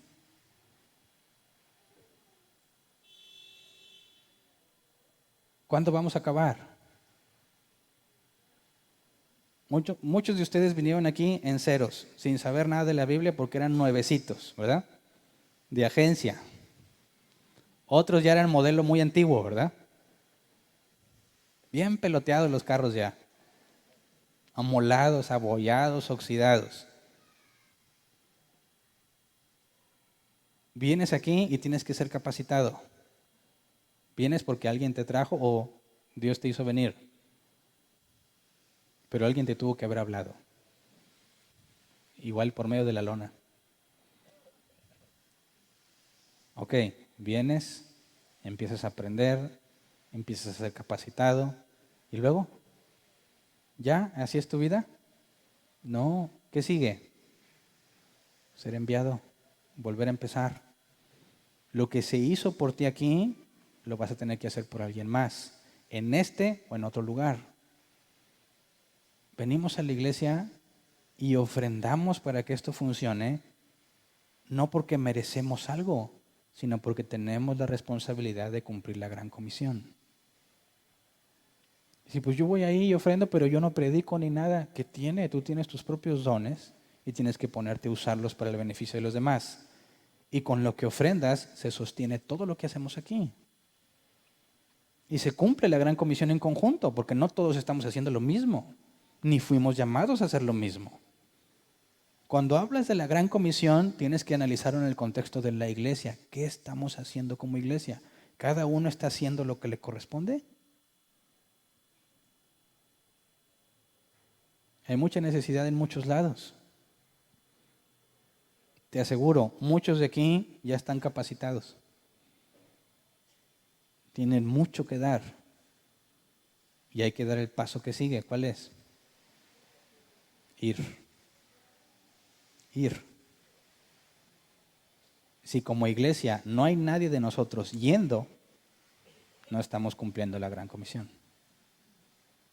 Ahora, con nuestra tecnología, muchas veces no requieres físicamente ir, pero tienes que estar. No sé si me explico. Gracias a Dios estamos conociendo a muchas personas de muchas partes del mundo. Y no tenemos el dinero para ir, pero sí estamos. Como iglesia, estuvimos apoyando a Colombia un año. Yo estuve a cargo de ese grupo. Dice, tú Hernán, sí, pero es algo que hace la iglesia. No sé si sabían o no sé si les había dicho, pero hace 3 semanas dejé ese grupo. Ellos ya están establecidos, tienen alabanza, están haciendo lo que Pablo recomendaba a los corintios, profeticen por turno y los demás juzguen, en el sentido de no al futuro, sino de la predicación. Se turnan para predicar y los demás juzgan lo que se predicó. Y esperamos en Dios que Dios manifieste quién es el maestro entre ellos para que empiece a tomar la responsabilidad. Y a partir de este jueves pasado, iniciamos un grupo nuevo con todos los foráneos, gente de distintos países. Y necesitamos replicarnos. Están creciendo por medio de los audios, porque donde están no hay iglesias bíblicas. Algunos son varios como grupito, otros están solos completamente. Y los jueves nos vamos a estar reuniendo en línea y aclarando dudas y determinar dónde hay otro posible grupo en otro país donde se pueda replicar y empezar a ayudarlos a establecer los fundamentos. Ya son cristianos, ¿qué sigue hacer con ellos? Capacitarlos. Ellos le han hablado a otros que llegan. Estamos avanzando, pero cada quien haga lo que le corresponde. ¿Cuántos de aquí ya tuvieron que haber ido y no van? No te estoy diciendo que te vayas a Colombia o Argentina o Venezuela. Simplemente que dejes de pensar en lo que no sabes, porque eso he visto que es una preocupación generalizada, es que hay mucho que no sé. Mira, nunca vamos a acabar de aprender, ¿verdad? Y cuando estemos la eternidad con Cristo, tampoco vamos a acabar. Así que en lugar de pensar en todo lo que no sabes, debes enfocarte en compartir todo lo que ya sabes. ¿Verdad? Eso que sabes, te aseguro, es suficiente. Háblalo. Aprovecha las oportunidades. Hay un interés, ponte a estudiar con ellos. Es que algunos dicen, es que está muy lejos árbol plantado. Bueno, están nuevitos, todavía necesitan que les den lechita. Está bien, asísteles, enséñales. Si maduran, no les va a importar la distancia. Cuando llega la madurez, van a preferir recorrer los kilómetros que tengan que recorrer con tal de aprender la escritura. Tenemos mucho que dar. Hagamos la parte que nos corresponde. No venimos a entretenernos. No venimos a que simplemente aprendas. Debes aprender porque tienes que hablar. Y ya sea que hables del Evangelio o enseñes, todos tenemos responsabilidad. En eso vamos a juzgarnos a nosotros mismos. ¿Qué estás haciendo según lo que se te ha dado? Y juzguémonos como iglesia. ¿Estamos cumpliendo o no? Yo creo que sí, y nos falta mucho que hacer. Me daría mucho gusto saber que ustedes están haciendo la parte que les corresponde. Yo sé que tienes muchas ocupaciones. Todos tenemos las mismas 24 horas, ¿verdad? Sé sabio en cómo las utilizas. No las enfoques pensando solamente en ti mismo. Si dices, es que hay muchas cosas que no sé, no te preocupes. Enfócate en las que sí sabes. ¿Verdad? Multipliquémonos, no para llenar este lugar, sino para que el Evangelio bíblico sea predicado en todas partes. Vamos a ser llamados a cuentas en lo individual. Y cada uno tendrá que dar cuentas de lo que hizo. Y no es para meterte miedo, sino que si realmente sabes que no has hecho lo que te corresponde, no vas a poder estar en paz. Hay de aquel que se sienta a gusto cuando es negligente. Es un juicio terrible que Dios te permita eso. Pero si tú sabes que hay algo que podías estar haciendo todavía, aún más de lo que quizás ya haces, no lo dejes para después. Busca hacerlo. Busca las oportunidades. Estate al pendiente. Y sé testigo. Aquí y afuera. Haz las cosas bien aquí y afuera. El resto le corresponde a Dios. Lo ha hecho entre nosotros. Lo seguirá haciendo. Pero que no nos tenga que hacer Dios lo que tuvo que hacer en Jerusalén. ¿Qué hizo para que todos hablaran? Les dio muchos problemas, persecución, y se vieron forzados a hablar. Espero que como iglesia no nos pase, pero yo le voy a pedir a Dios que sí lo haga en lo individual, ¿verdad? Porque muchas veces si no tienes la presión, no lo haces. Queda en un buen deseo nada más. Ah, sí, un día lo voy a hacer. Qué distinto es cuando tienes la presión encima. Quizás algo tiene que ver con los mexicanos eso. Pero vamos a ponernos de pie y vamos a orar.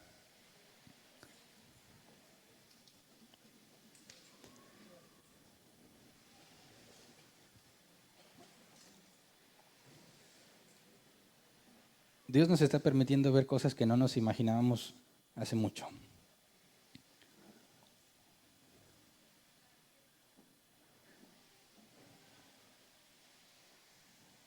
Hay iglesias que han modificado su doctrina a través de lo que aprendieron de árbol plantado. iglesias completas.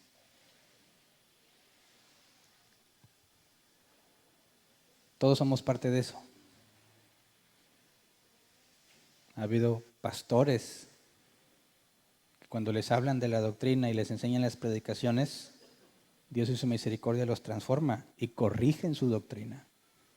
Eso es nuevo para nosotros. Sabíamos que hay individuos que entendían, iban a sus iglesias y los corrían. Esa era la regla general. Bueno, ahora está viendo algo distinto. Porque cuando van y dicen, algunos lo están reconociendo. Y la iglesia empieza una transformación donde están. En partes que ni te imaginas. Hay personas, hace poco me escribieron de Rusia. Se encontraron con las predicaciones de Árbol Plantado y están buscando la manera de empezar un grupo para enseñar lo que aprendieron.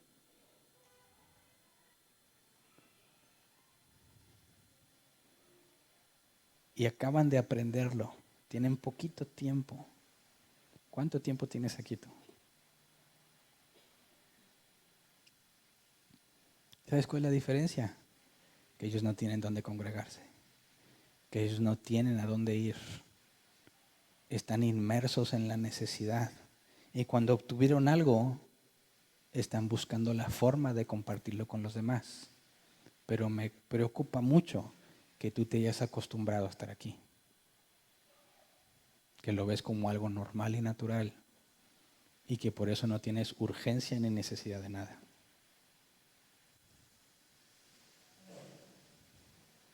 Piensa, ¿qué se requiere para que un pastor diga públicamente, mi doctrina estaba mal y la voy a corregir? Eso es un milagro.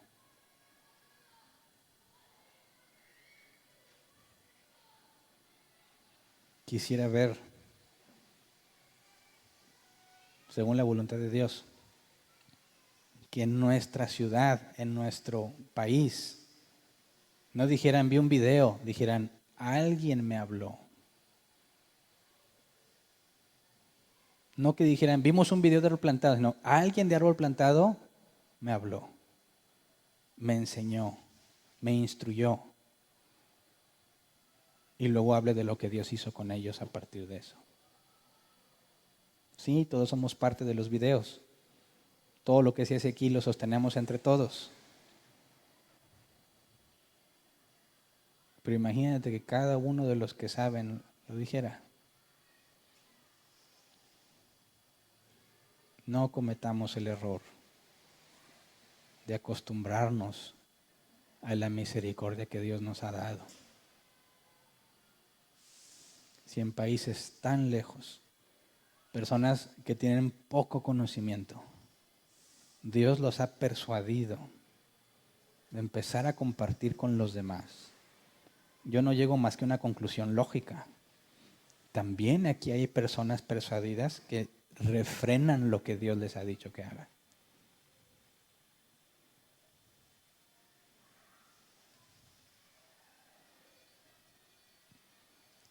No seamos negligentes. Me da mucha alegría saber lo que Dios está haciendo en tantas partes. Pero digamos, como decía Pablo de los judíos, aún mi vida daría para que ellos reciban el mensaje. Aquí hay mucha necesidad de nuestra ciudad, de nuestro estado. Habla lo que has aprendido. Aprovecha toda oportunidad. Es bueno que lo hagas para ti y para todos los demás. Nos vamos a regocijar juntos de ver lo que Dios hace. Así que pidámosle a Dios que en su misericordia nos obligue a hacerlo. ¿Estás de acuerdo conmigo? Fíjate bien lo que vamos a pedir. No que salgas con pasión y decidido, no. Eso se te va a acabar. No que digas, ya a partir de mañana, el lunes, ahora sí. Eso se te va a acabar. Pero pidamos que Dios modifique las circunstancias de tu vida, de manera que no pueda seguir siendo el mismo. Tengas o no tengas ganas. ¿Estás de acuerdo? ¿Quieres que Dios te convenza o que te discipline? Disciplinado vas a terminar convencido. Los que dicen, Dios, convénceme, están esperando que baje un ángel o algo, te eche unción o algo. Y digas, ya, ahora sí lo voy a hacer. No. Los que estén de acuerdo conmigo, entonces vamos a orar, ¿ok? Señor, queremos pedirte perdón por todo lo que nos has dado y que quizás nos hemos acostumbrado. Por todas las bendiciones, Señor. Lo que nos permite es comprender lo que has cambiado en nuestras vidas y que ahora podemos hacer y que hemos perdido, Señor, la capacidad de asombro por eso que nos diste. Perdónanos, Señor, porque quizás nos olvidamos de los demás, nos olvidamos de los que buscan tu palabra y no la encuentran, de los que luchan en un lugar donde la doctrina es incorrecta y no pueden recibir la instrucción bíblica que necesitan. Por todos aquellos que en lugar de estar siendo nutridos por la palabra, viven desnutridos porque no hay quien les enseñe. Por todos aquellos que no te conocen, Señor, y que hemos olvidado que existen. Perdónanos porque nos hemos concentrado en nosotros mismos, en nuestra vida, en nuestras actividades, en nuestro bienestar, en nuestro crecimiento, pero no hemos hecho lo que tú nos demandas por nuestros hermanos o por aquellos que aún no saben que son hijos tuyos, que no te conocen. Señor, nos has permitido ver la enorme necesidad que hay en otras partes. Concédenos, Padre, no ser indiferentes ante esa necesidad. Enséñanos a permanecer enfocados como iglesia. Que aquel que está siendo capacitado no se conforme con serlo, sino que busque compartir lo que ha aprendido. Sabemos que con muchos lo has hecho así, Señor. Pero queremos pedirte que ninguno de nosotros sea negligente refrenando lo que tú ya le has indicado que haga. Que ninguno de nosotros, Señor, sabiendo dentro de sí que debe hacer algo, luche por callar tu voz. Que ninguno de nosotros esté tan cómodo que no sienta la necesidad de cumplir con la comisión que nos entregaste. Por eso te pedimos, Señor, que a los que estamos siendo negligentes, a los que no estamos dando lo que podemos dar, cámbianos, cambia la circunstancia. No nos dejes estar en paz, Señor. Quita las cosas que nos distraen. Quita aquello que nos roba el tiempo, que debiéramos estar enfocando en ti y en la comisión que nos diste. Quita las cosas que nos distraen, Señor. Aunque no queramos, Padre, concédenos en tu misericordia ser disciplinados, que puedas abrir nuestros ojos, Señor, y ver nuestra condición real y la de nuestros hermanos en Cristo. Que podamos pensar más allá de nosotros mismos y encontrar la forma de ayudarlos, estén cerca o estén lejos. Que el mismo sentir, Señor, que había en la iglesia primitiva, aunque se sabían perseguidos, aunque sus vidas corrían peligro, tú los capacitaste para cumplir con la tarea. Y queremos pedirte, Señor, que no nos entregues a nuestros propios deseos, que no nos entregues a nuestras decisiones. Quita lo que tengas que quitar, Señor. Todo lo que estorbe para que podamos avanzar, Señor. Queremos ver gente nueva entre nosotros, gente que está aprendiendo, gente que nació de nuevo. Queremos ver gente capacitada. Queremos ver personas que demuestran que están listas para enseñar a otros. Queremos alegrarnos y regocijarnos, como dice tu palabra, cada vez que vemos el milagro del nuevo nacimiento, cada vez que vemos cristianos que están siendo capacitados y enseñados y que sus vidas empiezan a cambiar porque se les está dando el alimento bíblico necesario. Concédenos sabernos, Señor, parte del medio que tú designaste para cumplir la promesa que tu palabra anteriormente especificaba. Sabemos que tú lo vas a cumplir, Señor. Sabemos que eso es un hecho garantizado.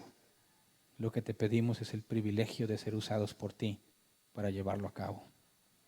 Gracias por todos los que has traído, Señor, físicamente, y todos aquellos que estando muy lejos has unido a nosotros de una u otra manera. Enséñanos a serles útiles, Señor. Ayudarles a ser cimentados, que establezcan bases bíblicas sólidas, fuertes, y que a su vez la transmitan a otros, Señor. Queremos ver el reino de los cielos extendido entre nosotros, Señor. Queremos sabernos parte de eso. Que tu nombre sea glorificado, Señor. Que entre nosotros ninguno tome parte como lo hacían entre Pablo y Apolos, sino que todos nos sepamos de Cristo, para que, siendo tú el único que merece gloria, Señor, solo te la demos a ti. Engrandece entre nosotros, Señor, que nosotros seamos humillados y que tú seas exaltado, Señor. Gracias. Amén. Pueden sentarse. Sección de preguntas. Si alguien tiene una pregunta, levante su mano. Tenemos 15 minutos para responder. Por favor, evitemos comentarios. Vamos a enfocarnos en las dudas para que nadie se quede con dudas. Y cuando hagas tu pregunta, por favor, ve al punto, ¿verdad? Lo más resumido y conciso posible para poder aprovechar mejor el tiempo, ¿ok? Entonces, si alguien tiene alguna duda, levante su mano y le llevan el micrófono.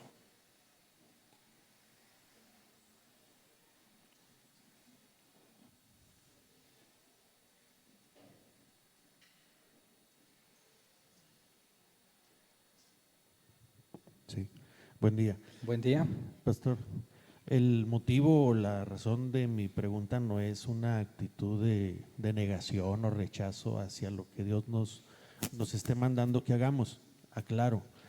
Pero a la luz de lo que hemos aprendido, Pastor, por ejemplo, cuando nos enseñaste respecto a lo de los apóstoles bíblicos de aquel tiempo y en el contexto inmediato del pasaje que estudiamos el día de hoy, donde parece ser que nuestro Señor Jesucristo se dirige principalmente a esos apóstoles, y a la luz también de cuando hemos aprendido de que una contradicción lógica, que nada puede ser en el mismo tiempo, dos cosas no pueden ser verdad en el mismo tiempo y en el mismo sentido, no se pueden contradecir. Bueno, ¿por qué mi comentario pastor? Porque escuchamos en algunas iglesias que se dicen cristianas sobre la gran comisión y se le impulsa, se le exhorta, se le ordena a la gente como que traigan gente, porque necesitamos que venga más gente. Pues algunos lo relacionan con cosas económicas, ¿verdad? Con dinero, necesitamos que caiga más lana. Bueno, entonces, como se escucha eso en el ambiente cristiano, por así decirlo, pastor, ¿cuál es tu opinión en el contexto inmediato de este pasaje que hemos visto el día de hoy? Pensando en que ninguno de nosotros somos apóstoles de Jesucristo directamente, como lo eran en este contexto inmediato, y que, por ejemplo, yo no puedo ser al mismo tiempo que alguien me esté haciendo discípulo, yo estoy siendo discípulo, aunque la verdad a mí sí me cae el saco y yo creo que sí ya tengo buen tiempo en el evangelio, pero vamos a pensar que alguna persona que es nueva y dice, oye, yo apenas estoy en el proceso de que me hagan discípulo o me enseñen a guardar las cosas que nos han mandado. Sí. Entonces, mi pregunta es esa, pastor, sobre quienes les dicen, ve y trae más gente, oye, espérate, pero yo apenas estoy para aprender, como bien nos has enseñado, los fundamentos, la doctrina básica de la iglesia cristiana. ¿Cuál es tu comentario, pastor? Esa comisión, no es que esté diciendo, oye, no es para mí, pero ¿qué opinas de quienes dicen, esa comisión es para todos? Como que si ya todos fuéramos cristianos, como lo dijiste, o estuviéramos preparados como para ir y hacer discípulos. O sea, si ahorita llega una persona nuevecita, como dices, oye, le deberíamos de demandar, ve y trae gente, ve y haz discípulos, cuando él dice, oye, espérate, yo estoy para que me discipulen. ¿Sí me explico? O sea, ¿alguien puede ser discipulado y aparte hacer discípulos en el mismo tiempo y en el mismo sentido? Ok, es que hay que hacer referencia a la responsabilidad corporativa que tenemos como iglesia. Es decir, si alguien entre nosotros está nuevecito y sabe muy poco, él no se va a poner a discipular a otro, no sabe, pero como lo mencioné, no todos somos evangelistas pero todos debemos asegurarnos de que se evangelice.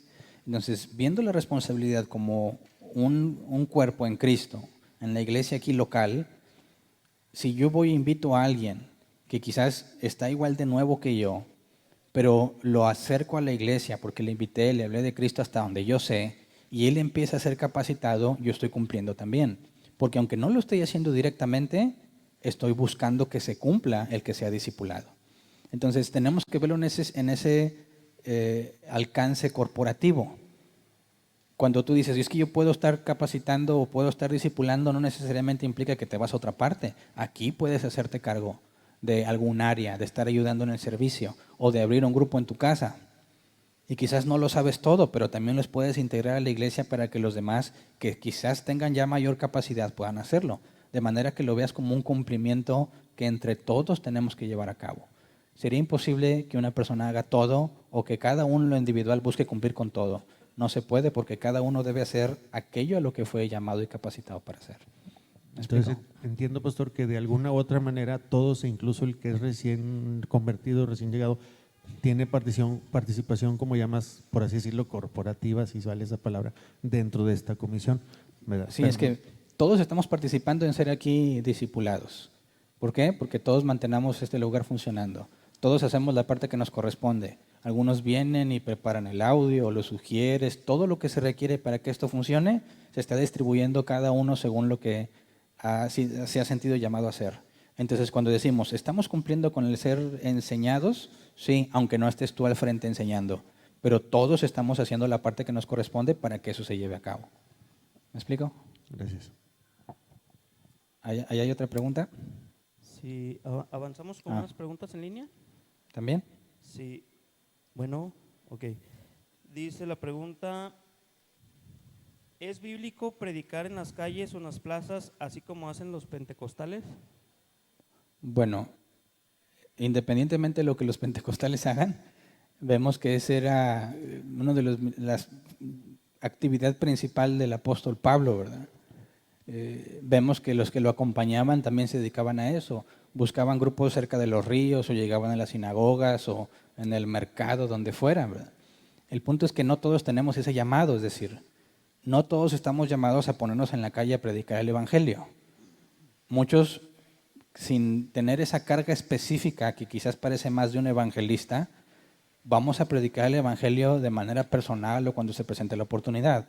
Pero el hecho de ir y ponerte en la calle a predicar no tiene nada de antibíblico, es algo permitido. Y de hecho, habría que aclarar que aunque yo aseguro que la técnica no convierte, es decir, el hecho de que te hagas una técnica y hables de ciertas cosas del evangelio de forma selectiva, eso es un falso evangelio y es una manipulación para atraer gente. Pero si tú encontraras la manera de repetir el proceso de predicar, imagínate que se ponen de acuerdo y se van 5 a las calles y tienen su método. Los 5 se ponen en distintos lugares y empiezan a hablar del evangelio y a la siguiente semana hacen lo mismo y se vuelve un método a seguir. El problema no es el método siempre y cuando estén hablando el evangelio bíblico. O sea, el problema es que tú trates de modificar el evangelio poniéndole una estrategia para hacerlo efectivo. Ese es el problema. Pero no importa qué hagas, si tú estás predicando el evangelio fielmente, el evangelio bíblico, no hay ninguna restricción entre lo que puedas hacer. El problema es cuando lo distorsionan. Ahora, si hay personas que se paran en la calle y se pueden hablar, el problema no es que estén en la calle, el problema es que muchas veces ese evangelio no es bíblico, ¿verdad? Entonces, no es tanto qué método utilizaste, sino el modificar el evangelio para lograr que sea deseable. Ese es el problema. Ok. Dice que si es bíblico ir a tocar puertas para predicar. Y otra pregunta es, ¿cómo evangelizar a los compañeros de trabajo? Bueno, no podemos decir que sea bíblico ir a tocar las puertas porque no hay ningún ejemplo de que eso se haya hecho, ¿verdad? No está prohibido por la Escritura. Si alguien se fuese a tocar la puerta y habla el evangelio bíblico, no hay ningún problema. Ya dependería mucho quizás de la zona, el lugar donde estés, ¿verdad? Si eso es efectivo o no. Pero no hay nada que lo prohíba. El problema sería que dijeras, estamos creciendo porque vamos de puerta en puerta. Eso no tiene nada que ver. Entonces, la actividad que tú realices, mientras no contradiga algo bíblico y estés predicando el evangelio bíblico no tiene por qué tener restricción. ¿Y cómo compartir el evangelio en el trabajo? Pues hay que ver las políticas de la empresa primero y se busca la oportunidad. Es decir, si te metes en problemas de productividad y de eficiencia porque estás usando tu tiempo en las cosas de Dios, en lugar de trabajar y rendir lo que tienes que entregar a la empresa, eso ya es un error, aunque estés predicando el evangelio. Porque no puedes decir que incumples con tu compromiso por estar haciendo las cosas de Dios, sino que tienes que asegurarte que en tu trabajo cumplas con las metas y lo que se te demanda como trabajador y buscar la manera de hablar con los que están en tu trabajo. Entonces muchas veces va a ser difícil hacerlo en la oficina o en la planta donde estés, porque aparte pues siempre va a haber interrupciones y cosas que estar hablando. Por eso yo aconsejaría que si tú ves alguna oportunidad, trates de ponerse de acuerdo para hablar en otra parte con tranquilidad, ¿verdad?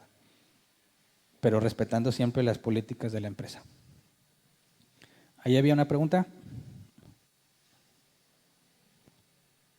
¿Sí? ¿Tienes el micro o no? Ahí Sí, está. que no te veía. Buenas tardes. Mi pregunta es porque se mencionó que los nuevos que no conocen, pues nos tienen la carga de evangelizar, ¿no? Mi pregunta es esta, o más que nada que me aclare, porque tenemos en Juan capítulo 4 la historia o donde se habla de la samaritana que Jesús, por así decirlo, la evangeliza, ¿no? Obviamente Jesús todavía no moría, todavía no resucitaba. La forma, pues creo yo que se justifica que fuera diferente, ¿no? Pero le habla de que Él es el Mesías, ¿no? Ella conocía, pero tenía por así decirlo, un evangelio incorrecto porque ellos tenían solamente el Pentateuco, ¿no? Aquí mi pregunta es porque Jesús le dice a los discípulos, mi comida y mi bebida es que se haga la voluntad de mi Padre. La mujer fue y empezó a hablarle a todos los hombres de la ciudad, ¿no? Y los hombres decían, ya no creemos solamente por tu palabra, sino ahora le creemos también a Él y que Él es el Mesías, ¿no? El Señor. Jesús le dice a los discípulos, mi comida y mi bebida es que se haga la voluntad del Padre. O sea, una persona neófita, aún un neófito puede hacer la voluntad del Padre, así como lo vemos. Y también el método de Jesús pues la forma en que ella creyó es que Jesús le dijo algo que Jesús no debería de saber, ¿no? Le dice, 5 maridos has tenido y el que ahora tienes no es tu marido. Y Jesús le dice algo que solamente, que él no debería saber porque era un extraño, ¿no? Pero sin embargo se lo dice. Eso es válido a la hora de evangelizar para nosotros. Y lo otro es que un neófito, pues haciendo la voluntad del Padre, ¿no? Puede hacerlo si Dios se lo concede, ¿no? Bueno, es que fíjate la diferencia entre el caso de esta mujer, va y le dice a la gente lo que Jesús le dijo y los invita a ir a escuchar a Jesús. No dijo, a ver, aquí voy a armar un grupo y yo les voy a enseñar.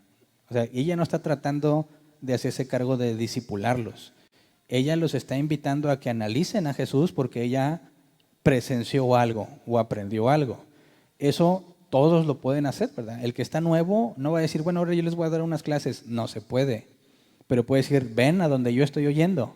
Y ahí puede ser capacitado o ahí puedes escuchar el evangelio. Entonces, está limitado porque no conoce y me parece que el ejemplo de esta mujer lo ejemplifica, o sea, lo ilustra muy fácil. No tienes el conocimiento, pero llévalo donde sabes que hay. Eso es lo que un recién convertido va a hacer. Está muy limitado para hacer lo demás. Ahora, en cuanto a lo que hizo Jesús, no entiendo muy bien tu pregunta porque aunque por más que te propongas, tú no le vas a adivinar la vida a la gente, ¿verdad? O sea, que Dios pudiera darte información en ese momento y que dijeras, oye, quizás estás pasando por eso porque tú crees que Dios te estaba hablando y resulta que es cierto, bueno, eso fue algo que Dios quiso hacer a través de ti y que queda bajo su decisión si lo hace o no. En ningún momento se nos demanda que tengamos que hacer un milagro para convencer a la gente. Mi tarea es hablar del evangelio y ya Dios hace el resto. Sí, entonces, mi queda a criterio de Dios cómo lo va a hacer, ¿verdad? Sí, porque pues, como les dice a los discípulos, mi comida y mi vida es que se haga la voluntad. Y si en la voluntad del Padre está usarte de esa manera, pues es totalmente Y ya quedaría el criterio de él, como cuando Ajá. lleva a Felipe con el eunuco y le dice que se acerque y luego se lo lleva y aparece en otro lugar. Ajá. No es algo que tú puedas replicar a voluntad, ¿verdad? Eso ya es Eso ya totalmente queda a voluntad. criterio de Dios. Como Dios te quiere usar. Tú tienes que cumplir con lo que se te encomendó. Y si todavía no puedes articular el evangelio porque todavía no lo entiendes, invítalos al lugar donde tú lo estás aprendiendo. Ok. O sea, ahí tenemos, por así decirlo, las 3 maneras de cómo, por así decirlo, anunciar el evangelio. ¿No? Una es invitando a los. Si yo no sé cómo Pues ahí no lo estás anunciando tú, Ajá. ¿verdad? Pero lo llevas a que se lo anuncien. y puede pasar que Dios ahí te use de alguna manera especial. O sea, puede ser, no digo que tenga que ser obligatorio, pero puede ser que Dios, y es totalmente válido siempre y cuando sea Dios, ¿no? Ujú. Ok, gracias. ¿Alguien más? Sí, tenemos otras preguntas. Dice, algunos cuestionan por qué predicar el evangelio si se predica la predestinación. Y como Juan 3:16 asegura que la salvación es para todo el mundo. Bueno, por lo que vimos, que Dios le agradó que las personas fueran salvadas por medio de la locura de la predicación. Es decir, la predestinación y la predicación del evangelio no son cosas contradictorias. Dios predestinó la salvación para todos sus elegidos y también el medio. Y el medio que Dios revela del Nuevo Testamento para acá es la predicación del evangelio. Entonces, predicamos el evangelio para que los elegidos de Dios nazcan de nuevo por el medio que Dios usó, que Dios designó, que es la predicación del evangelio. Quien piensa que porque hay predestinación no hay por qué predicar, no entiende la predestinación ni el evangelio. Por eso hay que hacerle ver, predicamos por obediencia, porque ese es el medio que Dios estipuló para que sus elegidos vengan al conocimiento de su palabra. Ok, otra pregunta dice, ¿es correcto llamar discípulos a los que llevamos a la iglesia? Bueno, acuérdate que para ser discípulo es negarse a sí mismo, tomar su cruz cada día y seguirlo. Si tú ya dejaste tu vida pasada, ya no vives deleitándote a ti mismo, sino que te esfuerzas en vivir para Dios y estás siendo discipulado, ¿verdad? Estás creciendo en el conocimiento de la Escritura, tienes todo lo que se requiere para ser discípulo, ¿verdad? Porque en esa parte en la que eres instruido y el negarte a ti mismo es llevar tu cruz. Y seguirlo es parte de la instrucción que recibes. Al momento en que empiezas a comprender de Él, empiezas a vivir como Él lo ha dicho y a caminar con Él. Entonces, no necesitas un nombramiento, ahora tú eres un discípulo. No, si tú naciste de nuevo, ese es el punto de partida. Ya eres un discípulo de Cristo. Esa hambre y esa necesidad por conocerlo te identifica como tal.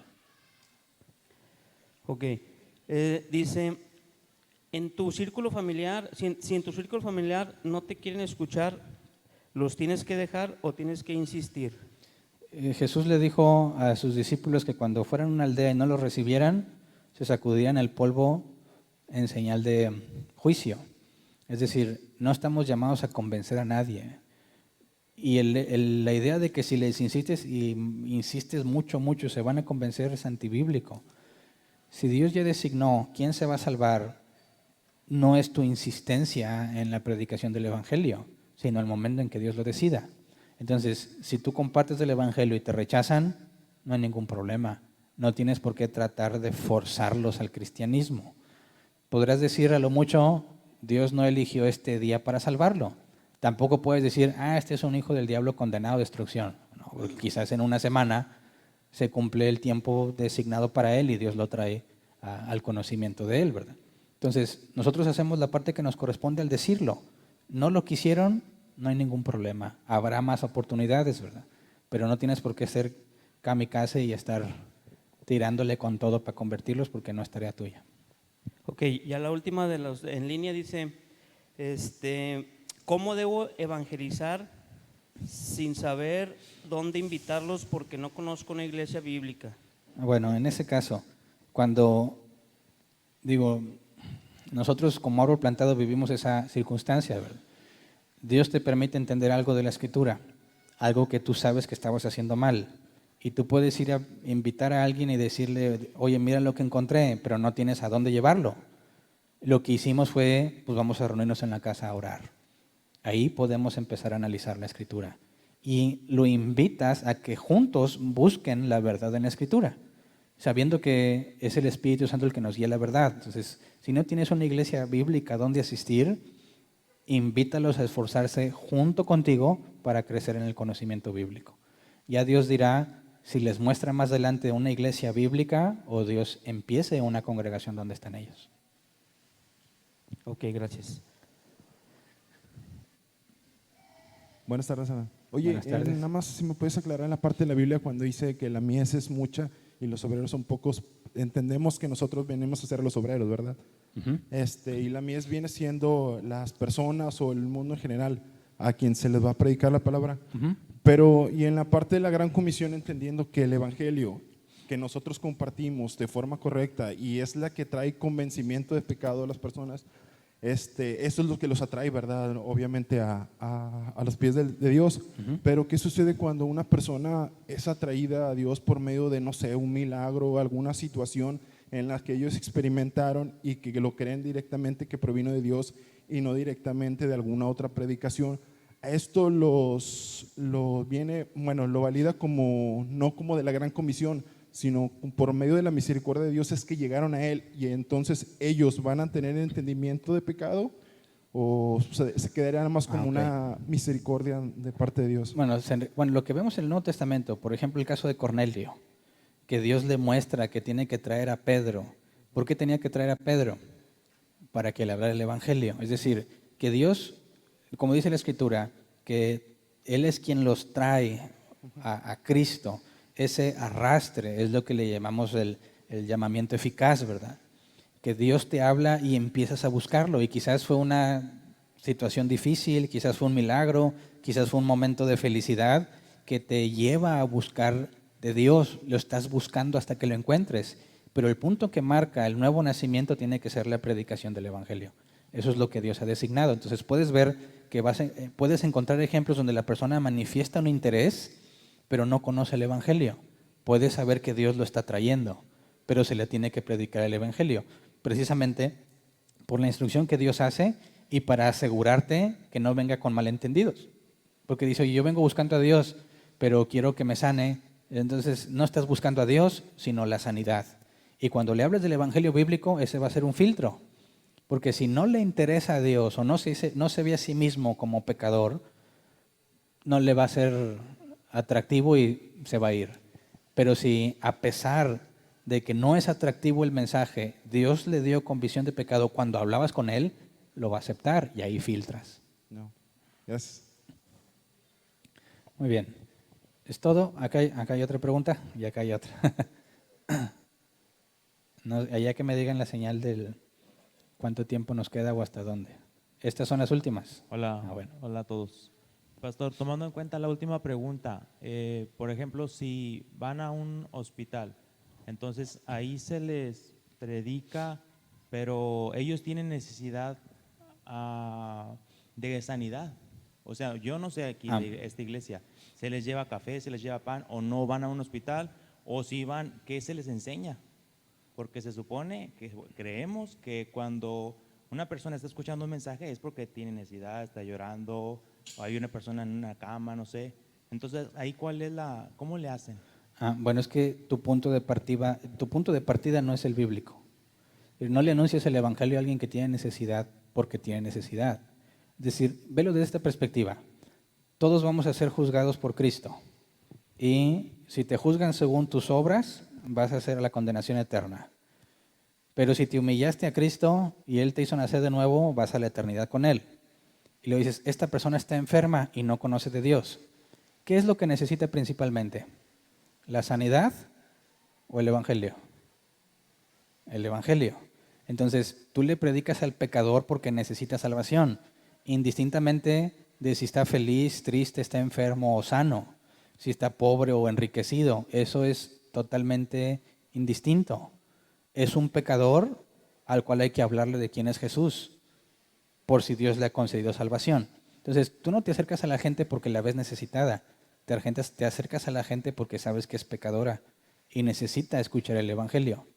Entonces, lo que se le dice a un enfermo no es que va a sanar, sino que lo más importante para él es que él sea de los hijos de Dios, ¿verdad? Que se humilla ante Dios, porque como dijo Jesús, ¿de qué te servirá entrar con 2 piernas, o sea, estar completo y 2 piernas y echar al agua de fuego? Es mejor entrar cojo o tuerto. Podría decirle, mira, quizás Dios no te va a sanar, pero eso ya no es importante. Lo más importante es que Dios te ha dado vida eterna. ¿Me explico? Entonces, el ministerio como tal de hospitales no lo hacemos en árbol plantado. Es decir, no se trata de ir y decirles, tengan esperanza, porque no hay forma de garantizar que Dios los va a sanar. Muchos de esos Dios ya definió que se van a morir ahí. ¿Y para qué vas a decirles, oye, pues a lo mejor tú te vas a morir aquí? No, es que no es el enfoque. Es decirle, oye, tú necesitas conocer a Jesús, porque eres un pecador. Y si te juzgan según tus obras, vas a ser condenado. Te sane o no te sane, salgas con vida de hospital o no, lo más importante para ti es conocer a Jesús. ¿Me explico? Y aquí había otra.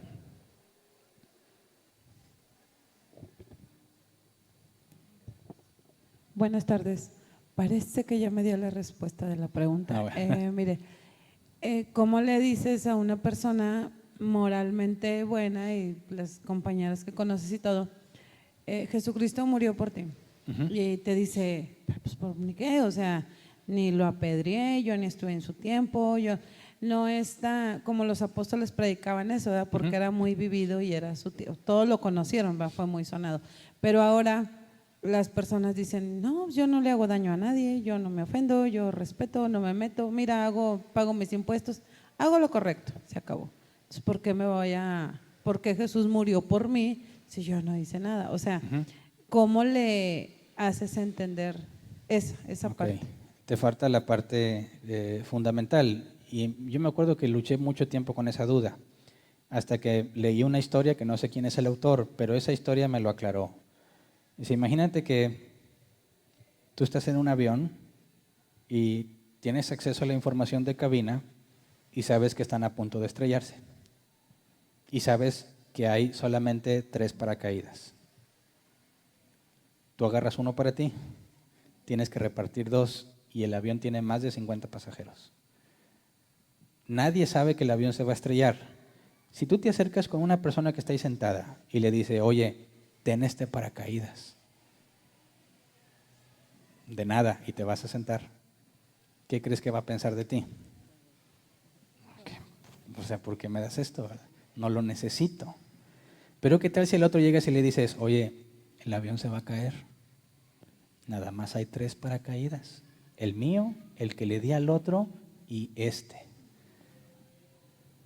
Por nada, y te vas caminando, ¿qué va a pensar de ti? ¿Que estás loco? O sea, a lo mejor lo va a dudar, pero se va a caer el avión y tienes el paracaídas, se vuelve algo muy valioso. Cuando tú hablas del evangelio, no puedes decirle que Dios pagó por sus pecados si ni siquiera está consciente de que es pecador. Por eso, cuando alguien se ve en sus propios criterios como justo, hay que hacerle ver que el primer mandamiento no lo cumple. Amarás al Señor tu Dios de toda tu alma, con toda tu mente, con todas tus fuerzas. No lo hace, ni con toda su mente, ni con todas sus fuerzas. Y eso ya es pecado, y eso ya merece la condenación. Partiendo de ese punto es cuando puedes decir, Jesús pagó por los pecados. Porque si te saltas el punto donde ellos deben reconocer que son pecadores, la paga viene a ser algo sin sentido, ¿verdad? Es como decirle a alguien, ten la cura para el cáncer, pero yo no tengo cáncer, muchas gracias, pero nada me sirve. A decirle, mira, aquí están los análisis que indican que tú tienes cáncer y aquí está la cura.